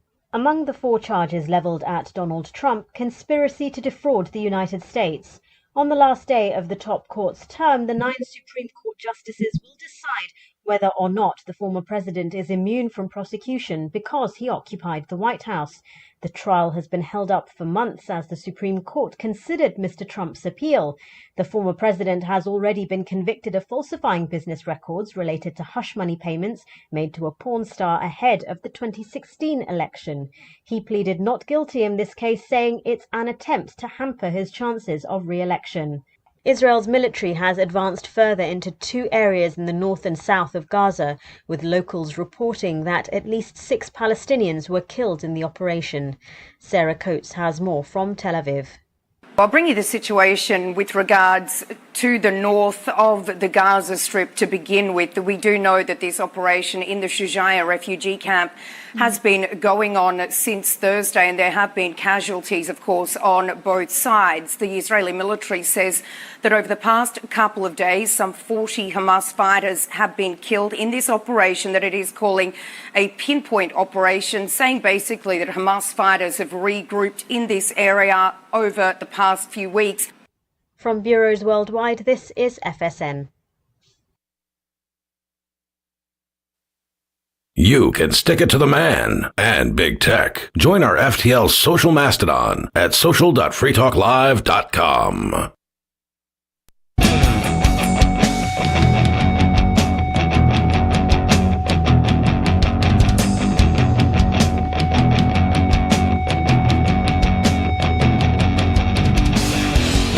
Free Talk Live.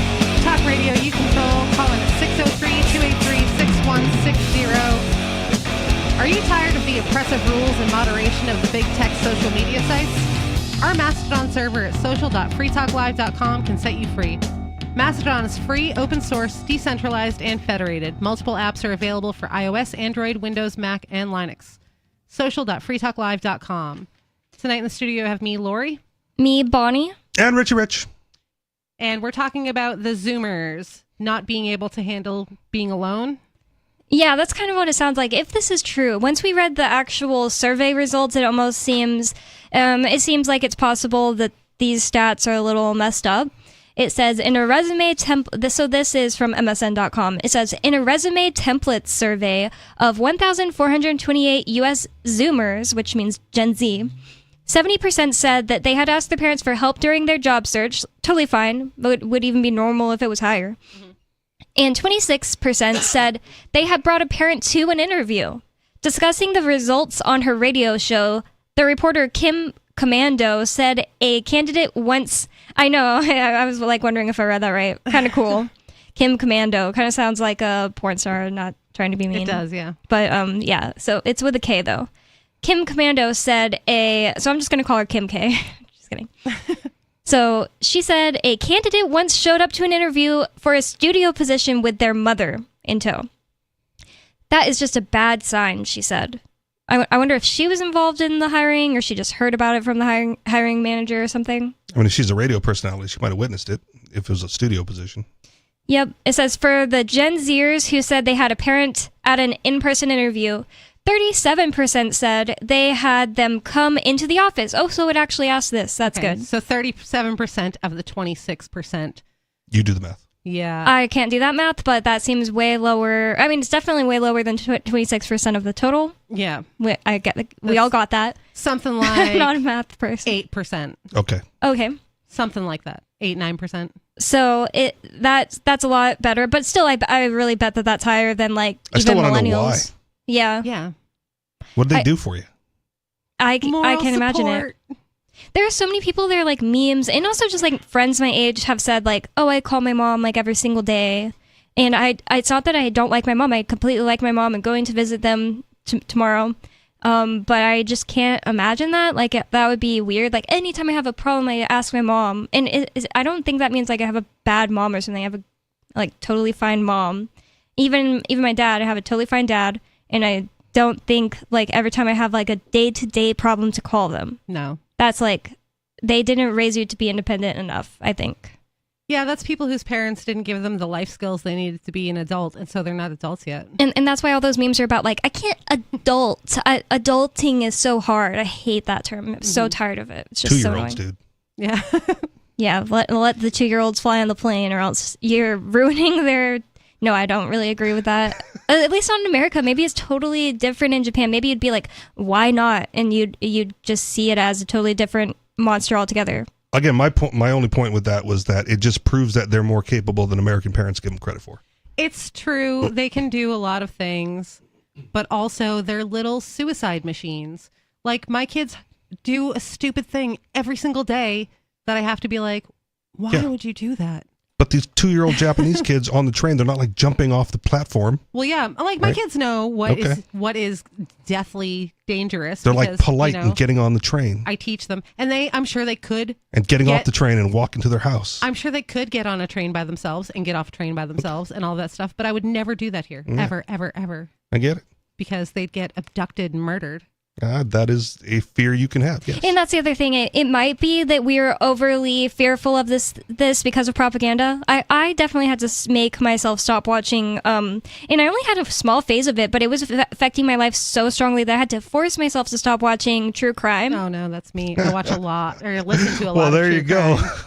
So much. But the thing is, it's true. It happens everywhere. But it does happen. It makes you feel like it's more likely to happen. Like, for example, I was never scared At a higher to rate than statistically normal. Yeah, because you hear about all of it, and then you don't think about how big America is. I don't know. But I was doing Uber Eats, and at night, like I could go into like kind of creepy apartment complexes and stuff, and I was never scared. I just never was scared until I started watching that. I bought a little taser, and then I was just like stopping going out after dark, and I was like, I can't do this. Like even just being in my house, I was like scared, like that someone would break in and kill me, and I was just like, I can't do this. Like, and once I stopped, like a month later, I was like back to being totally fine. I'm not like scared to be in my house alone or like go out places alone. I have the opposite problem where I'm like always on high alert. So like, well, that's a good thing. So like I'll be in the kitchen at night doing something. I'm like, if somebody came in right now, what would I do? Like throw this boiling water in their face. Like, you know. I think the biggest mistake I made along those lines was I watched Final Destination the night before I had a flight. Isn't that where it shows how many? Idea. Doesn't that show how many ways to die or something? I don't remember. That's like you've been marked to die by destiny, and it will not stop until it gets you. Yeah. Whoa. Okay. I'm like, probably should have picked a better movie. Yeah. But the flight was fine, right? Yeah. I'm here. Nothing happened. Didn't have to pack a parachute. Talking about how Imagine much. if it wasn't, though. You'd be like, man, I knew I shouldn't have got on this plane. I just watched a totally documentary. Well, you'd be thinking that for the But 5 other minutes people down. would have been doing that, right? They've been like, oh man, like they would have got the premonition just because they feared from seeing the movie. And I don't have that. So many people have that story for 9/11 that I almost don't believe them all. So many celebrities are like, I was supposed to be on that flight, or I'm supposed to go to New York in general, and I just decided not to from Such intuition. an easy thing to say to like get some kind of attention. Like, Well, have you ever done that, though? No, but like That's the thing. I haven't ever, but But how easy would it be to just be like, I was going to, but then I didn't. Like, nobody can prove that you weren't going to. Well, I mean, you could show them the ticket that you bought that you didn't, Or you turn just in. changed your mind. I guess it's not that I would say it's impossible or something like that. But the thing is, like, I feel like things like that only happen to me with something more tangible. Like, I'll meet someone's boyfriend for the first time and be like, nope, he's trash, and then I end up right. But that's like so tangible. It's like you caught the vibes, you were around his personality, yeah. And if you had a vibe not to go to work that day, I'm like, man, I'm just not feeling it. Yeah. Right? And then all of a sudden, planes hit towers. Like, woo. Can you imagine calling Glad your I got boss, that though, vibe. like every couple weeks and being like, I'm not getting a good vibe from work today. That's Gen Z. I'm not going to go. They just don't do it. So true. That's I'm just not feeling it today, boss. Yeah. Like, all right. I feel like I should have more examples of like a time I just wasn't feeling something and it worked out really well, but I just like can't think of one right now. Really, it's just like someone's boyfriend that was a friend of mine and being like, nope. But Yeah, I it's do it with people a lot. Yeah. Yeah. I feel like I'm almost always right. Like it's very rare that I am the person saying, oh, I just hated her for no reason. Then I found out she's really nice. Like people say that a lot. And it's like, well, you're just mean probably. Yeah, you just probably are judging somebody on not actually them. Yeah, you're like preconceived notions. Mad about something else. That's a prejudice. Yeah. I don't judge people on preconceived notions, but I absolutely judge people the first time I meet them. Like, As you should. yeah. It's a survival mechanism. It is. People are like, oh, don't be judgmental. But I think it's a useful thing to do. And you should trust your instincts on whether or not a person's garbage. Yeah.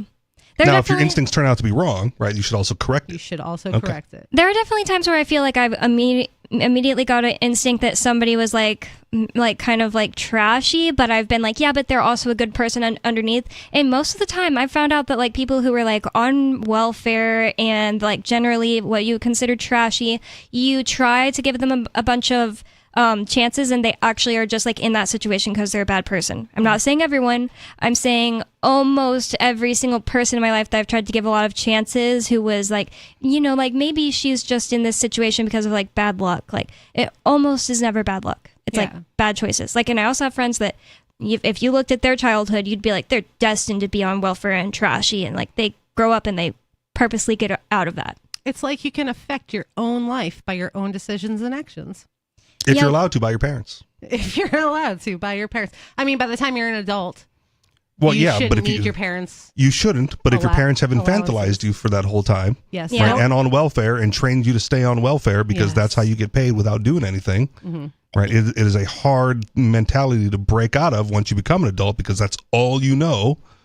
I'm so happy that my parents are not that way where they just treat me like I'm still a kid. I feel like as soon as I turned like 18, they just stopped treating me like I was just still a kid. In fact, I was still in high school and they just didn't treat me like a kid anymore. But a lot of people, I feel like it's just their culture where like their whole family treats all the kids like a kid and you like, I don't know. It's like, I think strong family values are really good, but also there's like this like, too far that a lot of cultures go. And like my Mexican husband, he would say things like, I used to hate Trump, but I found out my dad likes him, so now I am voting for Trump because weird. it's family. That's weird. And I was like, that is weird. But like he did that with every single subject. Like it didn't matter, it's family. They stick together on everything to a fault. But your family could teach you good work ethics, Yeah. right? Teach you how to survive, Mhm. survival skills, work skills. People outside your family could teach you those things too. That's true, but you're not going to interface with those people as often when you're a child, Mm-hmm. right? So if you can be close to your family and not be infantilized. Yes. Yeah. Right. If you're the kid who like hands dad the wrench, Yeah. Right. Pretty soon you get to use the wrench. Yes. Yeah. I feel like you can go too far in the other direction too, though, where you're not letting your kid be a kid and sending them onto the public transport system at 2 years old by themselves. No, they can still be a kid. Now they can go anywhere and be a kid. They're not constrained to the home. I don't want my 2-year-old to go anywhere. Yeah, no. Nowhere without me. How hard would it be for a kid to just accidentally mix up like one word or another word and then they're in the wrong city? Oh my God. Or like you're 2 and somebody's like, hey, you want a teddy bear? And then you're in the back of a van. Oh my God. Yeah, you're right. Those things could happen. Yeah. But they're so unlikely that you ought not worry about it day to day. But why not? Why would you ever take the chance with the person that, like, I love my kids more than any other, well, besides Stu. I love Stu and my kids more than any other human being on this earth. Why would I take the chance with a vulnerable small person who cannot fight them for themselves to send them out to possibly have that happen to them when I can easily prevent it by just going with them? That's why I feel like if there's a test Go with that's them to like a job interview too. No, because then they're, a whole human There's a being. balance. It's not a slippery slope. No, that's, but that's the progression. There's a balance, right? Like Bonnie said, there's a balance. Yeah, like, but it's an arbitrary line that you're deciding. yes. by vibe. Deciding Okay. by vibe. Yeah, whatever. Yeah. I don't care how you decide. I mean, It's still arbitrary. if I can pick a kid up and walk off with them, that's too small to be out by themselves. Yeah, well, females get abducted though.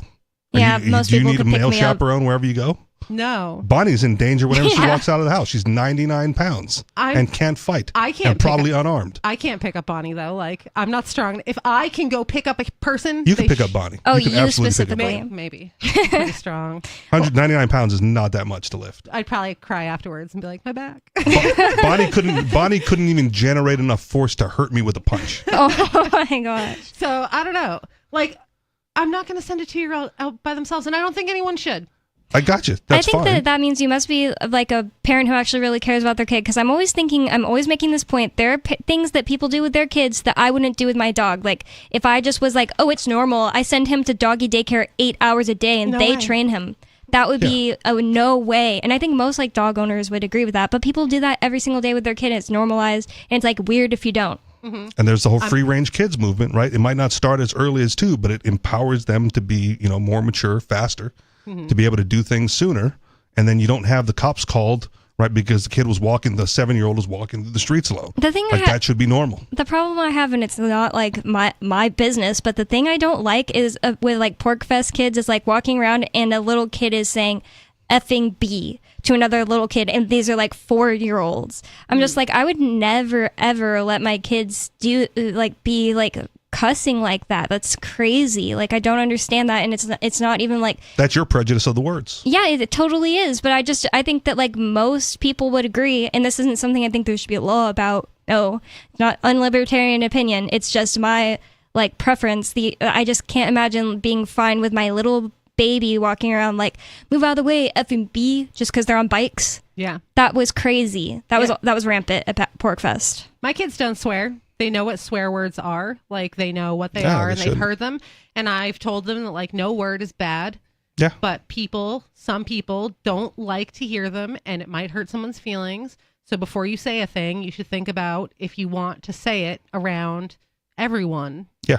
That's and as you like as balance. you mature, Mhm. right, certain words are legally referred to as fighting words. Mhm. That's a legal concept. You Yeah. can get punched for it. Yeah. I only Legally. learned that from Free Talk Live. Like somebody talked about that on Free Talk Live. Probably where me. There actually is such thing as fighting words, Yeah. where if you say something that's legally, this is actually where I learned it. There's this guy that came to our porch, and he's not really a libertarian, but he knew who Ian was, and he was finally in trouble with the law, so he wanted Ian's advice.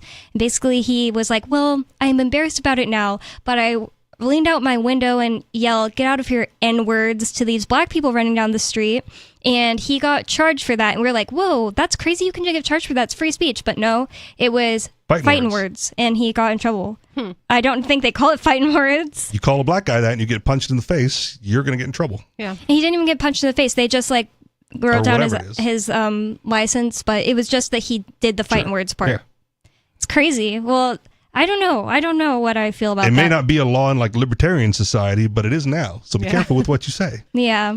I was like, 25 when I learned that. So I That's was weird like, that's fighting words. Like I consider fighting words to be like, hey, you want to go outside? Rolling up your sleeves and Yeah, but Yeah. if, you want to make something of this stuff like that.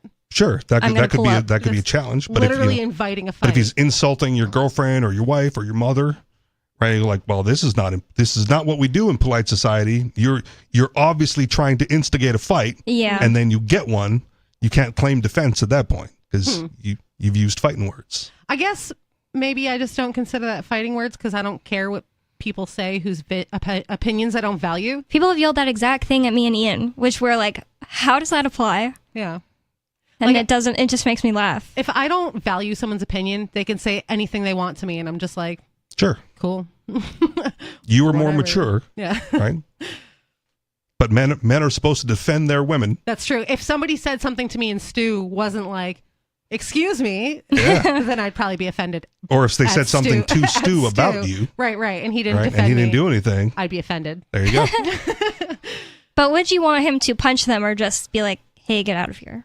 No, you got to do something. You don't have to directly punch him, but you got to come to the aid. Yeah, you got to do something. Something must be done. Mm-hmm. It's true. It's the law of the land. I guess I've just never been in that situation. Like the one thing I was referring to is like people driving in their car by us, and It's also and because like you we're married on a the. pacifist. He's not a pacifist. Just let it go, Bonnie. We're both on the front porch, and like people drive by and say something that does not offend me because I'm not black or whatever. And then we both look at each other and we're like, what the heck, can we laugh? But like, no one has ever come up and be like, your wife is a whore. And then Ian was like, hey man, I don't know what he would do. I don't know what I would want him to do, honestly. Should we get back into the article about Gen Z? I mean, I'm just He's thinking, not a pacifist. He's not a pacifist? Okay. He's not a pacifist because he believes in self-defense. Okay. Fair enough. But I don't know. I honestly, like, I'm just trying to think, would I consider like fighting words a actual like reason to use violence? I just don't really know. I feel like it's case by case. I agree with that. I mean, the other, okay, so people disagree with me on this and they're also wrong, right? You can be in a fight before the first punch is thrown. Yes. Okay. And therefore throwing the first punch is not the start of the fight. Correct. It can actually be used defensively. Yeah, you can have verbal fights. Sure. Well, I mean, I'm talking about throwing the first punch. So if someone uses fighting words, right, or tries to block your path as you're trying to exit, right, the fight has started. Yes. And then you were defending yourself by throwing the first punch. I don't think that words constitute a punch usually. It doesn't have to. I can't think of any instance where somebody would say something to me that would make me punch them, but blocking me physically, yes, absolutely, I will punch you in the face to get past you. I could see that being totally rational, but I don't know about words. If someone's blocking me and that's a violent threat, you're threatening me with your body. Yeah. But again, understanding that fighting words is a concept that's usable, under the justice system that we currently have. Yeah, don't do it. If they use fighting words and then you go like, well, those are fighting words, you're already in a fight, you could punch. It's crazy. Yeah. I don't know. They don't use like, it's a hate crime. I don't know. Because isn't every crime a hate crime? I think that's state by state still, because there's like all these hate crime laws in Florida that are really bad, and they were put up because of like anti-Zionist or anti-Semitism, but like they apply it to like all races and stuff, but they're just really bad. But I think they're still state by state. Like I don't think there's national hate crime laws, but I could be wrong. I guess like every violent crime, I should say, is a hate crime. You can't love somebody and then punch them in the mouth. Well, there is like random acts of violence. Yeah. So I don't know if you could say that you hated the person if you just might have hate randomly in your chose heart. them. Yeah. I guess. But it doesn't. I think the worst way of looking at, or the better way of looking at it, is that no crime should be a hate crime, because that's like choosing that you know what's in the person's brain. It's like acting like you can read the person's, like it's thought crime. It's unnecessary. And America doesn't have crimes of passion, so why should we have the opposite anyway? Oh, they have that in other countries. France. I think it's France. Either France or Italy, one of the two. What does that mean? One of mean? these passionate places. Like you get a lower charge if it was a crime of passion. Like if I come into my house and I see my husband cheating on me and I shoot them, I get a lower charge because it was a crime of passion. Whoa. Yeah. That's crazy. That is crazy. I feel like Mexico should have that. I'm just trying to think of really passionate people. Crazy Latinas that'll just be off killing people. I think that's why I think it's either France or Italy, and it's because they're like, passionate people. Yeah, no, I get it. I could see that. I think I would believe Italy first. I don't really know enough about French people. I don't really know how we got on this topic at all, but there are some more interesting statistics about the Gen Zs bringing their parents It's to work. kidnapping the children. Oh, yeah. It's been a good conversation, though. But I'm just going to read these other statistics. It's in the same sentence. It says 37% said that they brought the parent in and had them come into the office. 26% said the parent physically sat in the room while the interview took place. Wait, what? So that's a smaller percentage. See, like, it's already looking smaller and smaller. Yeah, like, they brought them into the building, so that counts as the 37% of the 26%. Yeah. So nope, it's actually 26. Yeah. 11% less than what we were saying. And 18% said their parent introduced themselves to the hiring manager. Well, it was 26% of the 37% Right. that said they came into the building, which was 37% of the 26. So it's even less than 11%. Well, they're not breaking it down even further. I think these are just those are the numbers of the 37%.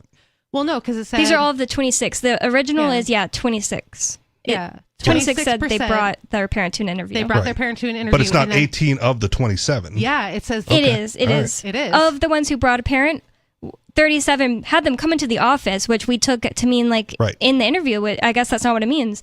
26 said the parent physically sat in the room while the interview took place. 18 said their parent introduced themselves to the hiring manager. The worst one, I think this is, oh my God, crazy. 7% said their parents even answered questions for them.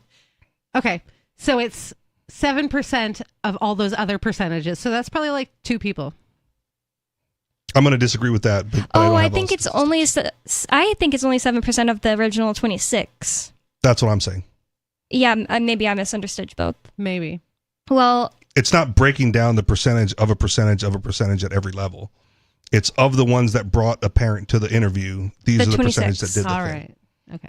yeah, I They think it's all started of it the off 26. like breaking down. They did, and and then they They stopped. changed it. They just put them in order of biggest to smallest, I guess. Okay. But I think that's a still- tiny, it could be one person, and that's still crazy that someone out there in this world took a parent to the interview, they sat there and they answered questions for them. Even if it's just like one question, that's crazy. I mean, I feel like I know who these people are that would do something like that. Uh-huh. You know, like the basement dwelling incels.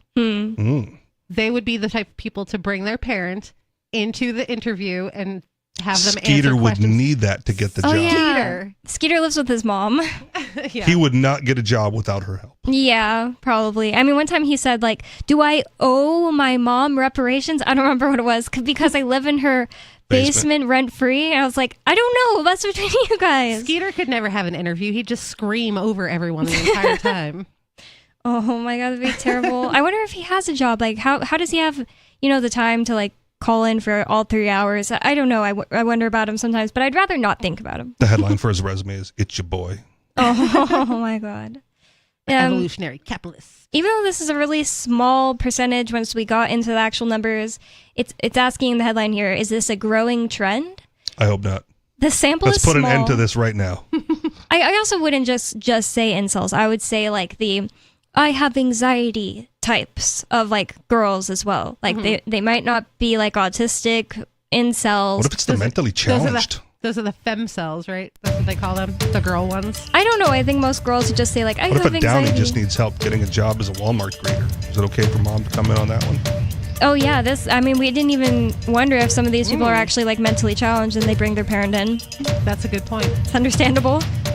Free Talk Live, 603-283-6160. Hour 3 coming up.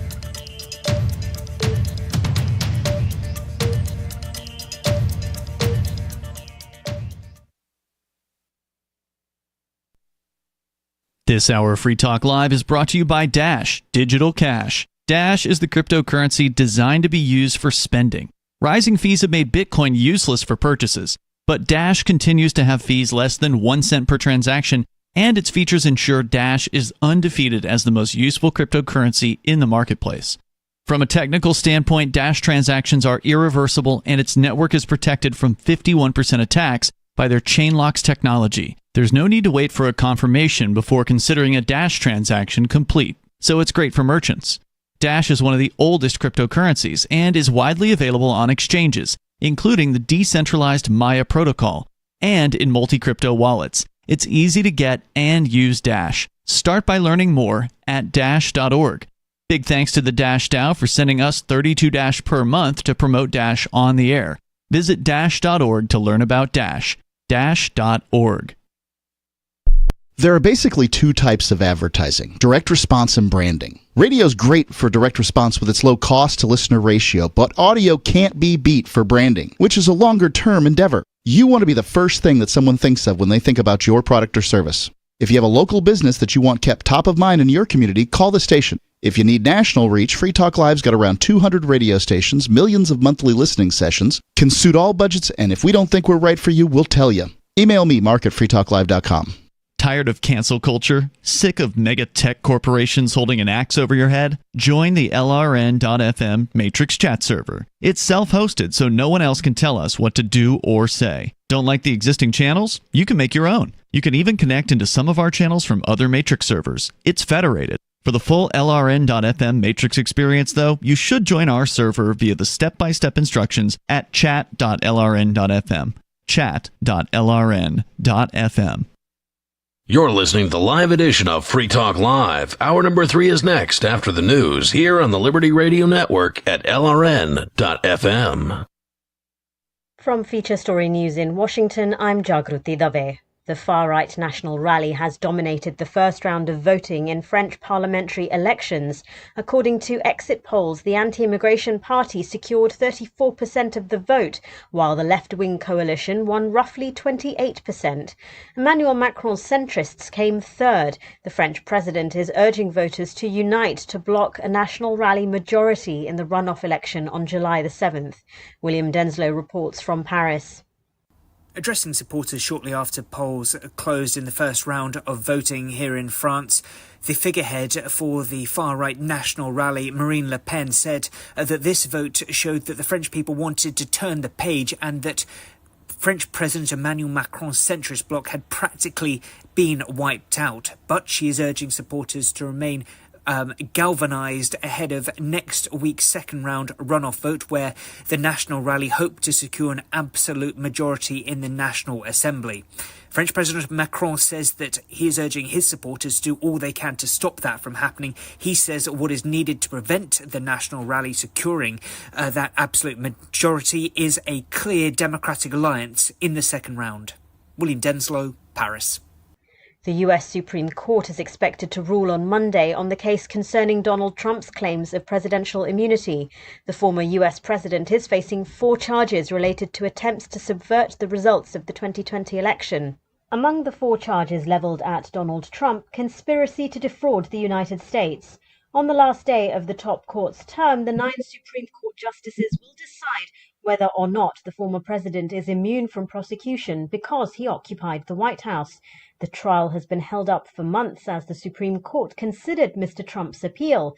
The former president has already been convicted of falsifying business records related to hush money payments made to a porn star ahead of the 2016 election. He pleaded not guilty in this case, saying it's an attempt to hamper his chances of re-election. Israel's military has advanced further into 2 areas in the north and south of Gaza, with locals reporting that at least 6 Palestinians were killed in the operation. Sarah Coates has more from Tel Aviv. I'll bring you the situation with regards to the north of the Gaza Strip to begin with. We do know that this operation in the Shujaiya refugee camp has been going on since Thursday, and there have been casualties, of course, on both sides. The Israeli military says that over the past couple of days, some 40 Hamas fighters have been killed in this operation that it is calling a pinpoint operation, saying basically that Hamas fighters have regrouped in this area over the past few weeks. From bureaus worldwide, this is FSN.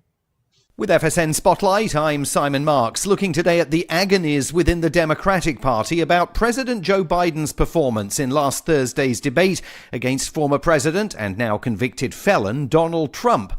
The president is digging in his heels, insisting he won't abandon his campaign for re-election, and the next few days could be critical in determining whether he sees off calls for him to make way for a younger presidential nominee. Jonathan Friedland is a columnist and former Washington correspondent for The Guardian, and argues that 4 months from Election Day, a change in candidates is still possible. In a way, I mean, Joe Biden did a favour for everyone because it was he who brought this debate forward. It should have happened in October. If it had happened then, it would have been just too late. But he wanted it early to allay all these fears about his age. It did the opposite. It made people really worried. But there is time. If Democrats want to do it, there is time. The problem I'm discovering, having had lots of text messages with key people in the Democratic Party today, is that no one wants to be the person who makes the first move. That Biden, is a proud man, a stubborn man, and people, the kind of people he might listen to, former House Speaker Nancy Pelosi being one of them, just do not want to be the person who makes that call. It is worth making the point that at 84, Nancy Pelosi is herself running for re-election to the House this November, though to be fair, she did warn President Biden not to debate Donald Trump, saying several weeks ago she thought it was a terrible idea. With FSN Spotlight, I'm Simon Marks. The main headlines again. The far-right National Rally has dominated the first round of voting in French parliamentary elections. The US Supreme Court is expected to rule on the case concerning Donald Trump's claims of presidential immunity. And Israel's military has advanced further into 2 areas in the north and south of Gaza, with locals reporting that at least 6 Palestinians were killed in the operation. And that is the latest from Feature Story News. I'm Jagruti Dave in Washington. Do you sometimes feel that healthy eating can be a lot of work with very little reward? Well, no need to worry any longer. Here are the Onion's tips for healthy eating. First, identify your weaknesses, and then condition yourself to avoid problem foods by associating them with deceased relatives, unrequited loves, and traumatic events. Remember, alcohol is a source of empty calories, so be sure to keep your drinking under control. Unless you're really stressed out. Like if something happens at work, or if your cat gets hit by a car. If you find yourself suddenly craving a fatty food, let yourself enjoy the best of both worlds. Tape a slice of ham to your tongue and slowly absorb the taste throughout the day without swallowing. Stay motivated by paying yourself $1 every day until you meet your weight loss goals. At the end of 10 years' time, spend that cash on a cosmetic operation of your choice. There, now you're ready to begin your new healthy lifestyle. This is the Onion News Network. Don't miss a moment of Free Talk Live. Get our archives daily via our podcast at feeds.freetalklive.com.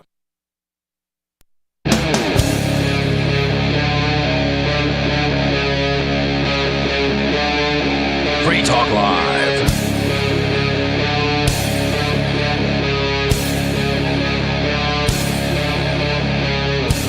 It's Free Talk Live.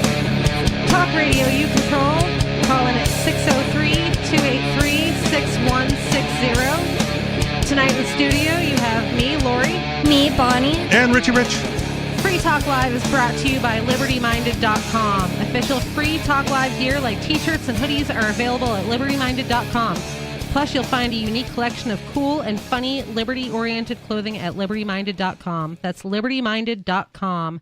We're going to go to the phones. We have David in New Mexico. Hi, David. What would you like to talk about tonight? What's up, bitches? He can say that. He can actually say that. I know. I forget that you can say that, but it seems really bad. But it's totally FCC friendly. Interesting. Nobody should say that. I'm going to get a tattoo of all the words you can't say so I can There's only 7. I wonder why. I mean, I do wonder is what I meant to say. If somebody would not like it, complain to the radio station, then they'd still get mad at us. Like, maybe it's not a good idea to just do it constantly. Like, I wonder the same thing whenever I say the F word that's not with a U, that means gay people. Bundle of sticks. Yeah. I'm like, I'm not going to take the chance anymore, because what if somebody's so offended about it, they complain to the station. British cigarettes. Not really worth that. Yeah, British cigarettes. Yeah. So, what do you want to talk about, David? I went and toured the Palais Mexicano today.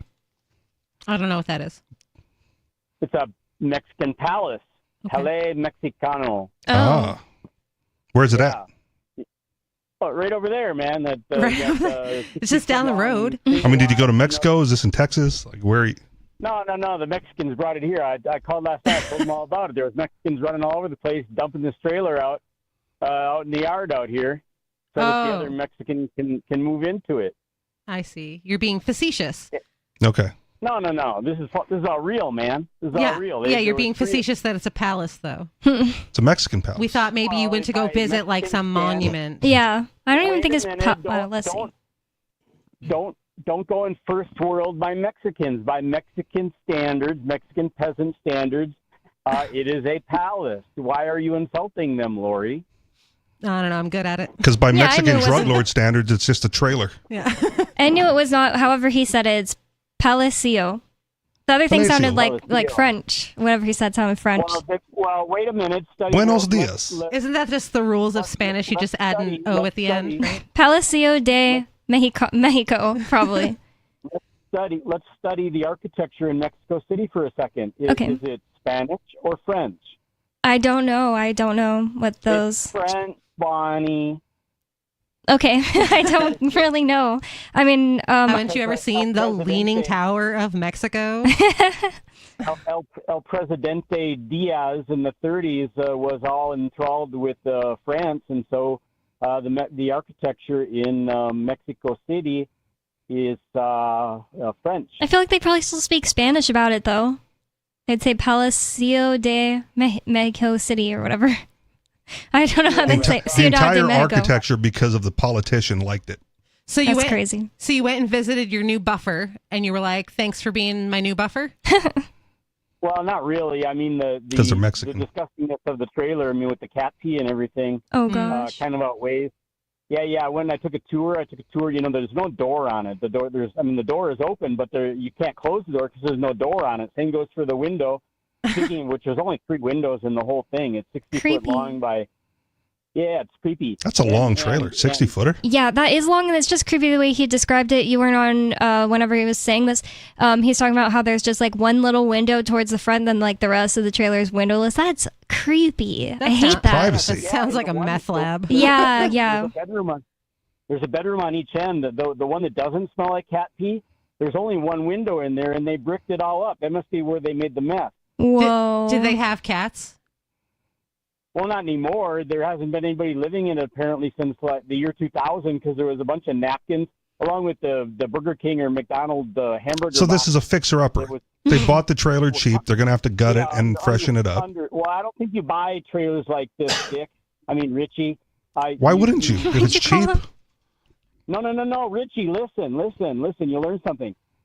Trailers like this, other people that are doing better than you have them on their property, and for years they've wanted to get rid of the thing, and so they put it on Craigslist or Marketplace on Facebook for some sucker to come along. It's free. I have a feeling Richie Rich doesn't have like some kind of crap just sitting on his lawn like this, like doing better than you. I feel like you would not be. If they own land and own a trailer, they're doing better than me. My apartment is small. Well, I'm just saying that like I wouldn't describe it as someone who is doing really good has this on their property. Like, get rid of it. Hire somebody to get rid of it immediately. Well, yeah, but what I'm saying is the person who took it over, right? Now they have a free trailer, and all they have to do is spend money on fixing it. I wonder how much this land even costs because he's talking about how people are moving there. He said it's $1,500 for how much, an acre? $1,500, and the trailer was free, except for you got to pay the Mexicans to move it, and the cost to fix it up.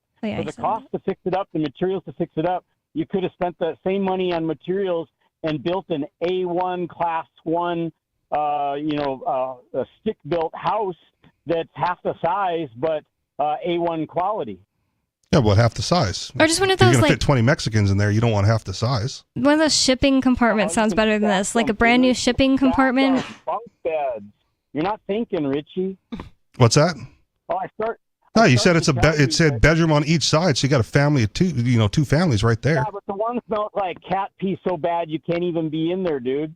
Yet It can be cleaned though, right? That's what I'm saying. If they dropped it off and they're going to clean it up. That bedroom on fire. Like I used to work at a storage facility, and the dude brought in a free camper, right? And then he was just out there every day gutting it and retarring the roof and making it livable. Retarding the roof. Tarring the roof. What kind of retarding? Was that fire retarding, or what kind of retarding was the roof? I said tar, like black asphalt tar. He's up there being a downy on the roof. Retarding, like fire retarding the roof. No, my point is, if you can get it cheap and then spend the money on fixing it up, it's better than buying a new trailer. Yeah, and that's not my experience, Richie. My experience is you're better off not fixing some crappy thing up that smells like cat pee. Yeah. You're better off taking that money and buying new materials and building something from scratch. I get it, and you're free to have that opinion, and my experience is different based on people that I've known. One person that I know talks about how everyone wants to copy him and have a bus, and he did like kind of a mixture. Like he cut down trees and made the floor for his bus. He fixed it up like from the bottom up, but it's a used bus. But then people are always getting these like, hey, I got this. Should I get this used RV? And then like they're end up having to get rid of it somehow because they got it for free, and he's always telling them not to do it because, well, I don't know, like it just seems like it because you is actually a lot have of to work. put a work into it. Right. Right. Maybe most people are just not willing to do as much work as they're not realizing how much work this is. Yeah, most people don't have the skills to do that. I get it. Speaking of a used bus and Mexicans, I was gifted the bus that was used by what's his face, the El Chapo. The leader of the Zapatistas. I don't know. Oh goodness, what is his name again? I have no idea. I only know of El Chapo because that's like the famous one. No, that's a drug. Pablo Escobar. Oh yeah, I've heard of that one too. That's the only two I've ever heard of. Google the leader of the Zapatistas. We'll get right on that. How did you get this van or bus from them? I was because the guy Nacho, my Mexican friend Nacho. Salazar Nacho friend. From It's a Nacho friend. He gave it to me. What? Over your head, David. Nacho, yeah. Nacho friend. Nacho Salazar, Ignacio Salazar. He gave it to me, and he had gone down and spent months with the Zapatistas. And his name is Subcomandante Marcos. If anybody knows the Zapatistas, I was gifted the bus that Subcomandante Marcos used for I don't know, 3 months, 6 months, or whatever, to have all of their top-level secret meetings in. I also have the propane-powered refrigerator that he kept his Cokes and his Snickers bars in. You must be so proud. That's a piece of history right there. He has like a gift shop in the back. He brings people through. And He's got it parked right next to the Palacia de Mexicano. Yeah. Tourist attraction. Exactly. I'm going to start my little El Museo de Mexico, right here in Nuevo Mexico. See, my ex was a chef from Mexico, so he took food really seriously, but he always told me, he was like, Bonnie, we do not eat nachos. Americans made that up. And we don't eat chips and salsa. Americans made that up. But he's also from the South, and that's different from the North. It's even better than nachos, tater tot nachos. Oh my gosh. We don't put mayo on anything. What? What? I said they don't use mayonnaise. They don't celebrate Cinco de Mayo. I don't know. Ringo. I don't know about We're that. saying the Mexicans I celebrate don't Ocho de Mayo. Cinco de Mayo. I think that's true. It's only really one city's holiday. I've heard that before, but I don't really. I have no clue. But I've heard that. It's a drinking holiday. Just buy some bro and get Yeah, right. It's like no. Are they celebrating St. Patrick's Day like really seriously and reverently in Ireland? Probably not. It's just a fun drinking day. Mm-hmm. The Cinco de Mayo was a battle of Puebla when the Mexican army defeated the French army. See, French. Yeah, but and then I'm put just up saying, all their architecture to remind them that they won. I just don't think they speak French about it. I just doubt it, but I don't know. I guess. The Mexican, there's a pattern there. The Mexicans won one battle against the French, and then the French came back a month later and kicked their rear end. And then the Mexicans won one battle at the Alamo, and then a month later they got wiped out. Santa Anna got wiped out by the Texicans. I thought he turned himself in. Who? Santana. Turned himself in. He got killed. I thought he basically surrendered. That's what I always heard. Because So you're saying Mexicans can win the battle, but not the war? That's right. They can win. No, not the. They can win one battle in a war, and then it's all over for them. Well, the French don't own Mexico now, so it doesn't seem true.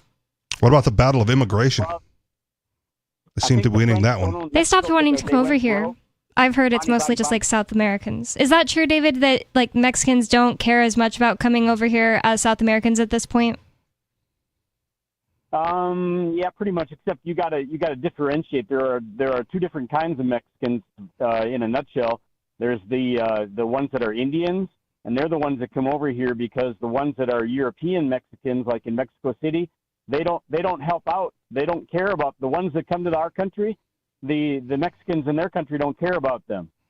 So they have to come here to get decent money because it's two different countries in Mexico. It's the white Hispanics from Spain that are in Mexico City that don't talk at all and don't look at all like the Mexicans that come to the U.S.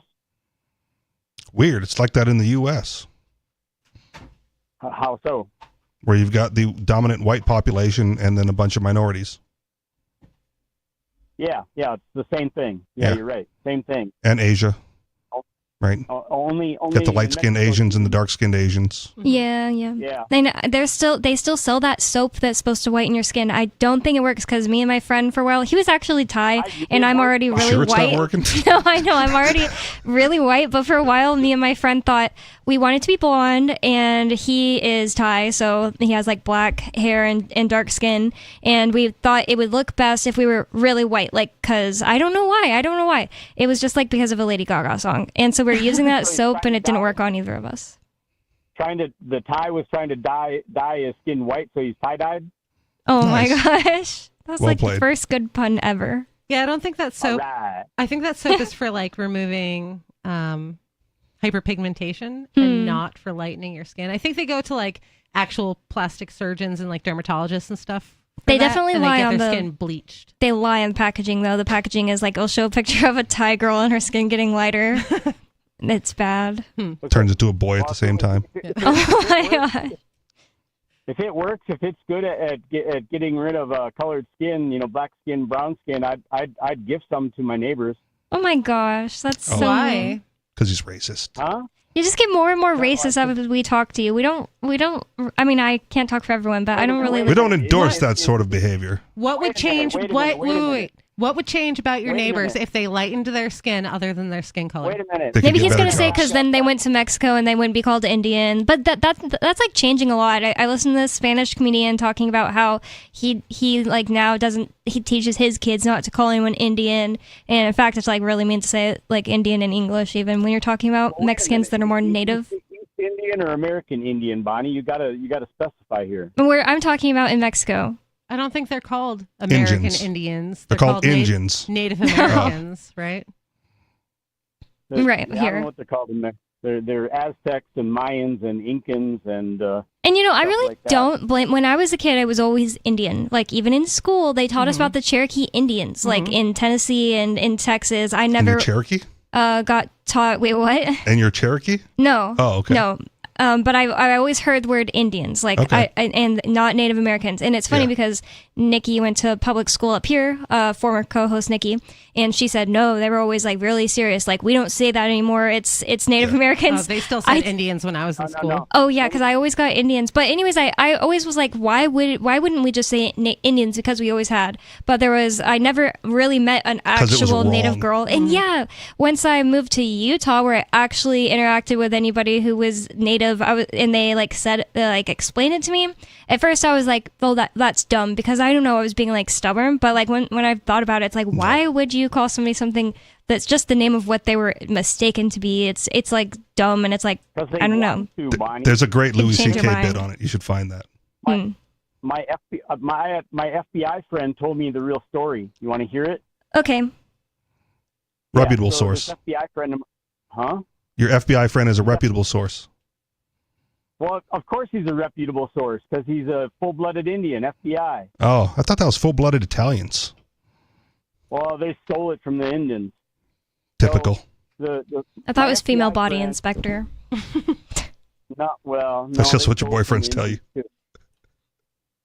Yeah. So he said, this is all politics. So we called them Indians, and that was wrong. So they had to assert their power, their whatever, and correct us. And they said, we're not Indians. You're mistaken. We're Native Americans. We're indigenous. We're First Nations. I'm pretty sure they didn't even say Native Americans. They probably named the tribe that they belong to. Mm-hmm. Yeah, I don't know probably. what they did, but anyway, what they did do is they said, we're not Indians. And then that went on for a while. They fought that battle, and then they finally surrendered. The Indians surrendered to the white man for a second time, and they said, okay, we're Indians. That's what the FBI told me. Okay. Okay. I don't trust that source, but fine. Yeah, that His doesn't. name is, well, why don't you trust Mike? I don't even really get why that 'Cause would he's be an like FBI a. agent. I feel like some like older white people would take that as like, oh, they're trying to assert their dominance over us by not letting us call them Indian, and I don't even take it that way. It's like, hey, that's wrong, and this is more accurate. I just don't get offended about it. I don't understand. Yeah, it's weird to be like, oh, asserting dominance is correcting someone on factual information. Strange. I mean, they are inferior if they're getting it wrong. Like that's a fact. Inferior to what? Yeah. Inferior to the person who's correct. Right. Wait a minute. In that Why- instance. just because somebody is correct and somebody's incorrect on a fleeting fact, they're inferior. In that instance, yes. Yeah, until they correct themselves. Yes. Oh, so what you're saying though is so when highly knowledgeable white people are correct way more often than ignorant non-white people, that they're superior and the ignorant non-white person is inferior for those times. Yes, but I would eliminate the categorical race part of that. Right? Racist, you. No, I just caveated it by eliminating the race part. Right? I don't care what color they are, but you got native Hawaiian blood, Richie. No. Richie Dick. It's so funny, like as if no one who's like black is smarter than David. Like he could not accept that there's like someone that's like, I don't know, whatever Yeah. race he hates that's smarter than but him. if there was a correct black dude and an incorrect white dude, right? The black dude is superior. Yeah, in intellect. Like maybe the white dude is superior in playing the flute. Or basketball. You never know. Yeah, the white dude is superior in basketball. Well, for sure, man. I mean, the Americans just lost the football game to the Japanese, so they're catching up. Do you have anything to talk about that isn't racist? Do you mean football like American football? Oh. Yeah. Okay. Certainly. Sure. That's crazy.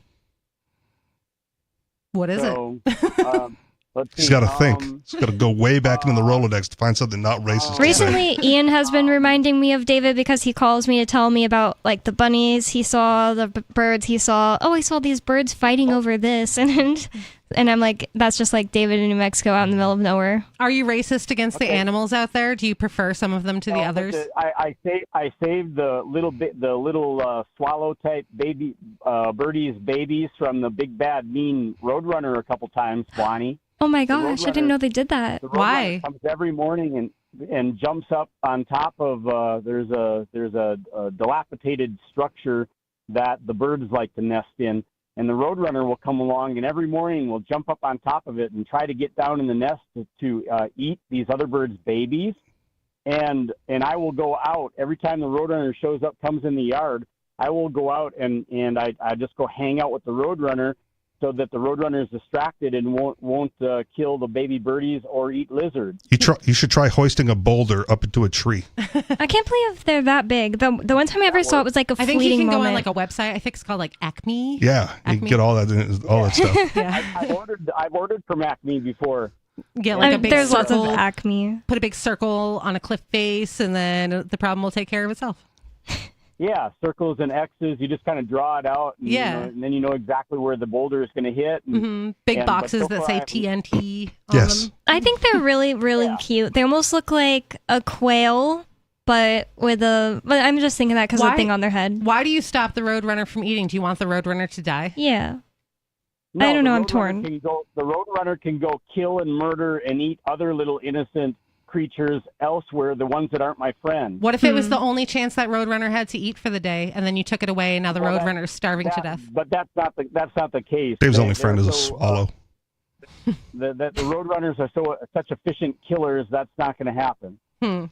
Wow, I didn't know this about them. I just think they're really, really cute and pretty and cool. Swallows carry trapped them in my- parasites. I'd let the Roadrunner eat it. Whoa, here's a Roadrunner with a lizard. Pulling up Look at pictures him here. go.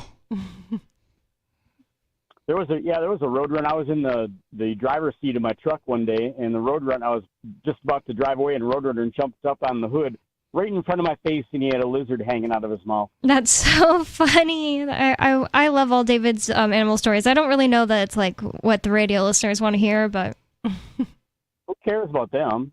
Well, This we is- do. you're one too.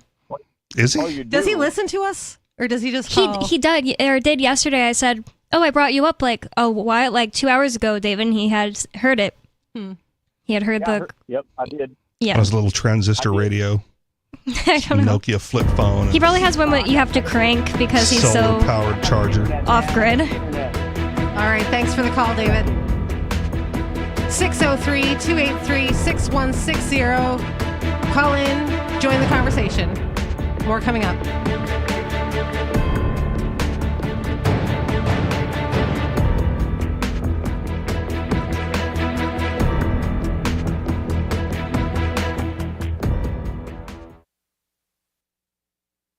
The dangerous winter storm Rocky is expected to pummel the Midwest throughout the day, with meteorologists predicting the blizzard will hit Kevin Hodges of Joliet, Illinois, the hardest, given the way his year's been going. Yeah, we're stocking up on everything. I think school's going to be canceled. We're just glad we're not Kevin right now.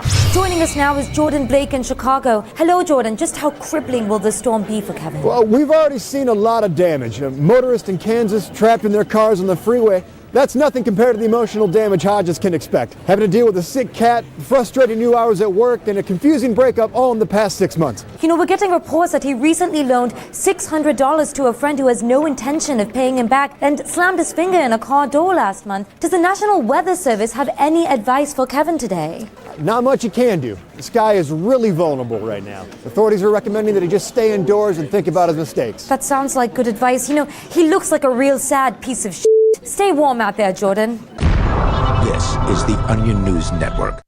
From Feature Story News in Washington, I'm Jagruti Dave. The far-right National Rally has dominated the first round of voting in French parliamentary elections. According to exit polls, the anti-immigration party secured 34% of the vote, while the left-wing coalition won roughly 28%. Emmanuel Macron's centrists came third. The French president is urging voters to unite to block a National Rally majority in the runoff election on July the 7th. William Denslow reports from Paris.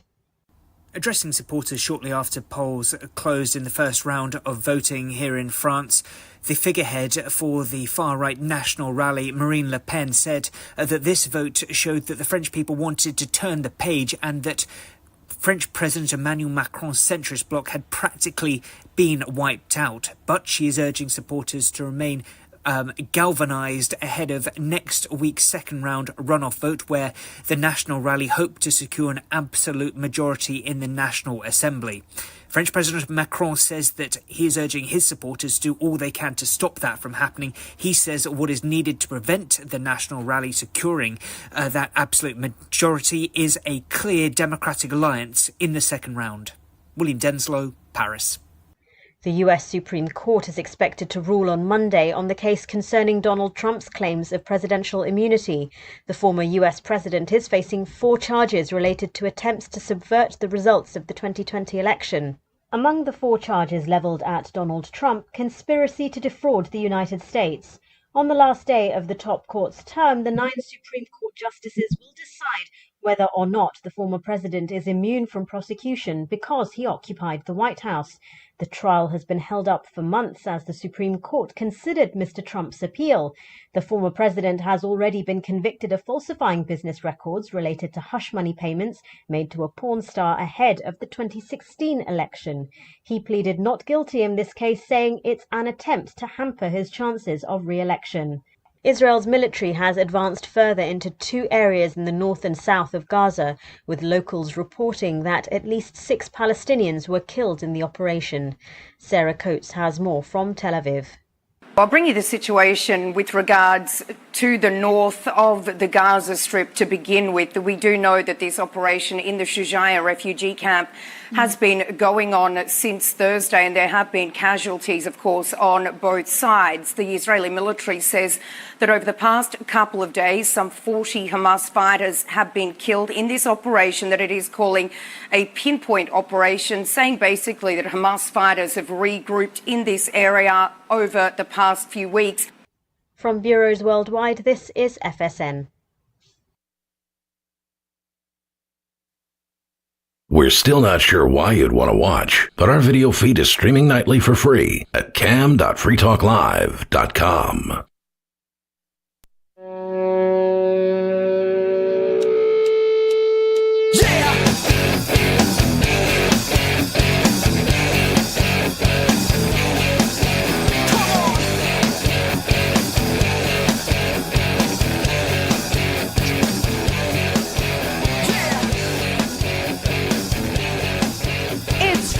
Talk Live, talk radio you control. Call in at 603-283-6160. Tonight on the show, you have me, Lori. Me, Bonnie. And Richie Rich. It's officially unofficial. We've been podcasting since podcasts began, but we're launching a new podcast anyway. Our new podcast is 30 to 45-minute show releasing once a week, and you can find it at freetalkcast.com. It's brought to you by the same people who bring you Free Talk Live, and we'd love for you to check it out. Again, that's freetalkcast.com. So we have a call. We're going to go right to the phones. Sarah in New Mexico. Hi, Sarah.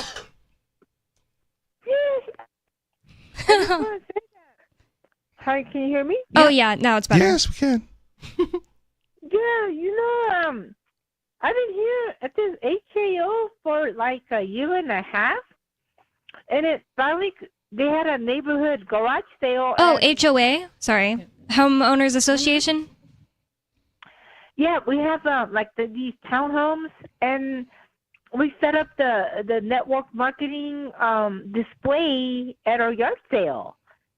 And I was like, I could have done this like a year and a half ago. Did you get much business? No, we just advertised. I don't think nobody called us back or anything to enroll them. Mm-hmm. But actually, it was okay with the HAO for us to, because technically to have displays and to give out cards and to have catalogs and talk to people, and they allowed us to do it because I guess everybody's selling their used, it's a garage sale, from their property. Yep, And that's I usually guess how that was garage sales okay. work. Mm-hmm. Huh? That's usually how garage sales work. Yeah, so I guess they thought that I kind of fit in. I don't know if they, you know what? They threw me out of everywhere else I could think of. They threw me out of the library. They threw me out of the Trying to sell your outdoor MLM market. at the library. So I was like, wait, I thought this is the Commons. I don't think you're don't know allowed to that sell things in the library. Well, the thing is, that we had a room, and then we just had a display. So everybody's welcome to come and listen in or ask questions, and they got mad at me about that. And then we got thrown out of the Windrock Mall, too. So we had a little table. Everybody else in the mall has to pay rent. I mean, you don't have to go into details, Sarah, but how profitable has this MLM been for you? Well, I don't know about actually, like, making money, but But you're making we just friends. got loyalty dollars. We just get, actually, we give out more free products to make people happy than actually we get in loyalty dollars. But I thought most people turn you away when you try to give away the free product because they say you're a scammer and they're mean to you about it. Well, you know what? A lot of people do like freebie stuff. They get real happy and they put but then a lot of the other ones are really paranoid and they don't want anything, and they treat me like that. I guess, yeah, they are. That is really rude. Like, I don't think that's right either. I mean, I wonder if they're just like, no, thank you. And then Sarah's like, come on, take it. It's free. Well, it's free. So just take it. Yeah, something like that. You know what? I actually had a pastor nearby. He had diabetes. I sent him a box of vitamins, and then he cured him. did really well. And then I sent him a bigger box of other stuff as a gift. And then his wife flipped out, and I guess somebody told him that we're scam or something. She made me pick up all of the boxes that I donated to the church.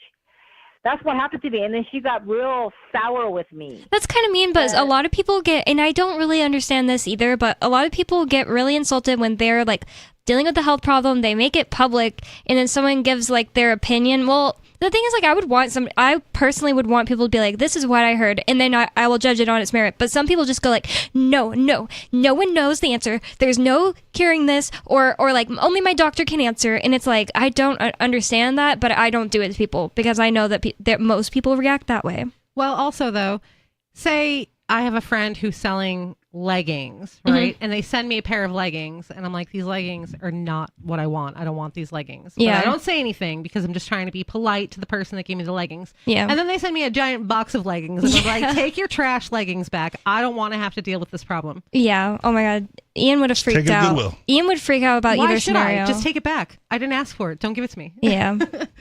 Ian hates when he gets gifts at all. The thing is that, you know, the pastor, like he knows how he feels when he was on the vitamin. He was losing weight. He had more energy. He looked like he was happy. He looked terrible after 2 months. Now his wife what he told you? him what to take. Because his wife was poisoning him. Whoa. So that's what I'm talking about. You know, See? if the wife tells him to do what the doctors tell you, and then you die from it, no matter how well he feels, he does it. That's crazy. And she's the honestly. beneficiary. I've seen this on a true crime show. If You he should stop didn't, watching true crime, Richie. if he didn't just lie to Sarah and be like, yeah, they're definitely helping. Thanks a lot, Sarah. And he wasn't really taking them. And if he was serious and he was like, yeah, I feel like these vitamins are helping me, and his wife made him stop, that's crazy. That's crazy. That's jealousy in the relationship. Can't let another woman take care of your man. Probably. She doesn't sound like she's too educated, but she just heard like a lot of bad things about it. Somebody told her at the MLM or whatever, and then she got all freaked out, and they It told is her an not to do MLM. anything from us. There it is, and then he should feel that it's like, hey, I'm feeling worse. And you know, he was like going to hospitals a lot. He should know the difference. I could see the difference. He looked terrible. You should definitely talk to him in private, away from his wife. Are you younger? Tell him how you really feel. Are you younger and prettier than his wife? I don't know about being younger or prettier, but Then the answer's no. Pretty people know these things. I don't really know, but you know, but this church is really peculiar. I went to that church. It was like everybody was dumb and poor, and they have like homelessness street, and then they winded up buying like a whole building when they sold the other property, and I'm just completely baffled. I'm like, how all the congregation are like in the halfway house. They're out of jail. They need a place to live. They're starving. They have the food ministry, and it's just completely like baffling. And I'm not surprised that I have this issue. What denomination is this church? Just out of curiosity, what denomination is the church? I have no idea what denomination is. Okay. So like, there's like Baptist is a denomination. Nazarene's another one. Do you know they're Lutherans, Catholics, Unitarians. You know, I never paid attention to it, but it's a local. Not surprised. Is the church very, like specifically an outreach? No, it is a church, but it's made like by local people, and a lot of these people are in and out of jail, and a lot of people are on drugs, so they have halfway homes. Yeah, but They like have if the food banks church that are- itself is specifically for outreach, then that would make sense. But I think she's saying that they could be helping the people, but instead they bought a bigger building or something. Well, you get a bigger building, you help more people. Maybe, yeah. Maybe she doesn't see. You only had 20 beds, and now you have 40. If there's Doubled like your beds, capacity. that makes a big difference, yeah. Or pews, whatever. But they bought a building with businesses in it, like 10 businesses building. So I'm not surprised that they're reacting like this. I mean, I could just know that level of intelligence. They're not that educated. I just asked if you're prettier and younger than the wife because I was thinking maybe she's just jealous of you, She's helping her absolutely husband and talking to her husband. And Chicks are catty. Yeah. Well, that's true. Well, but I'm talking with her now. She's in front of me, and now she's going to make a decision.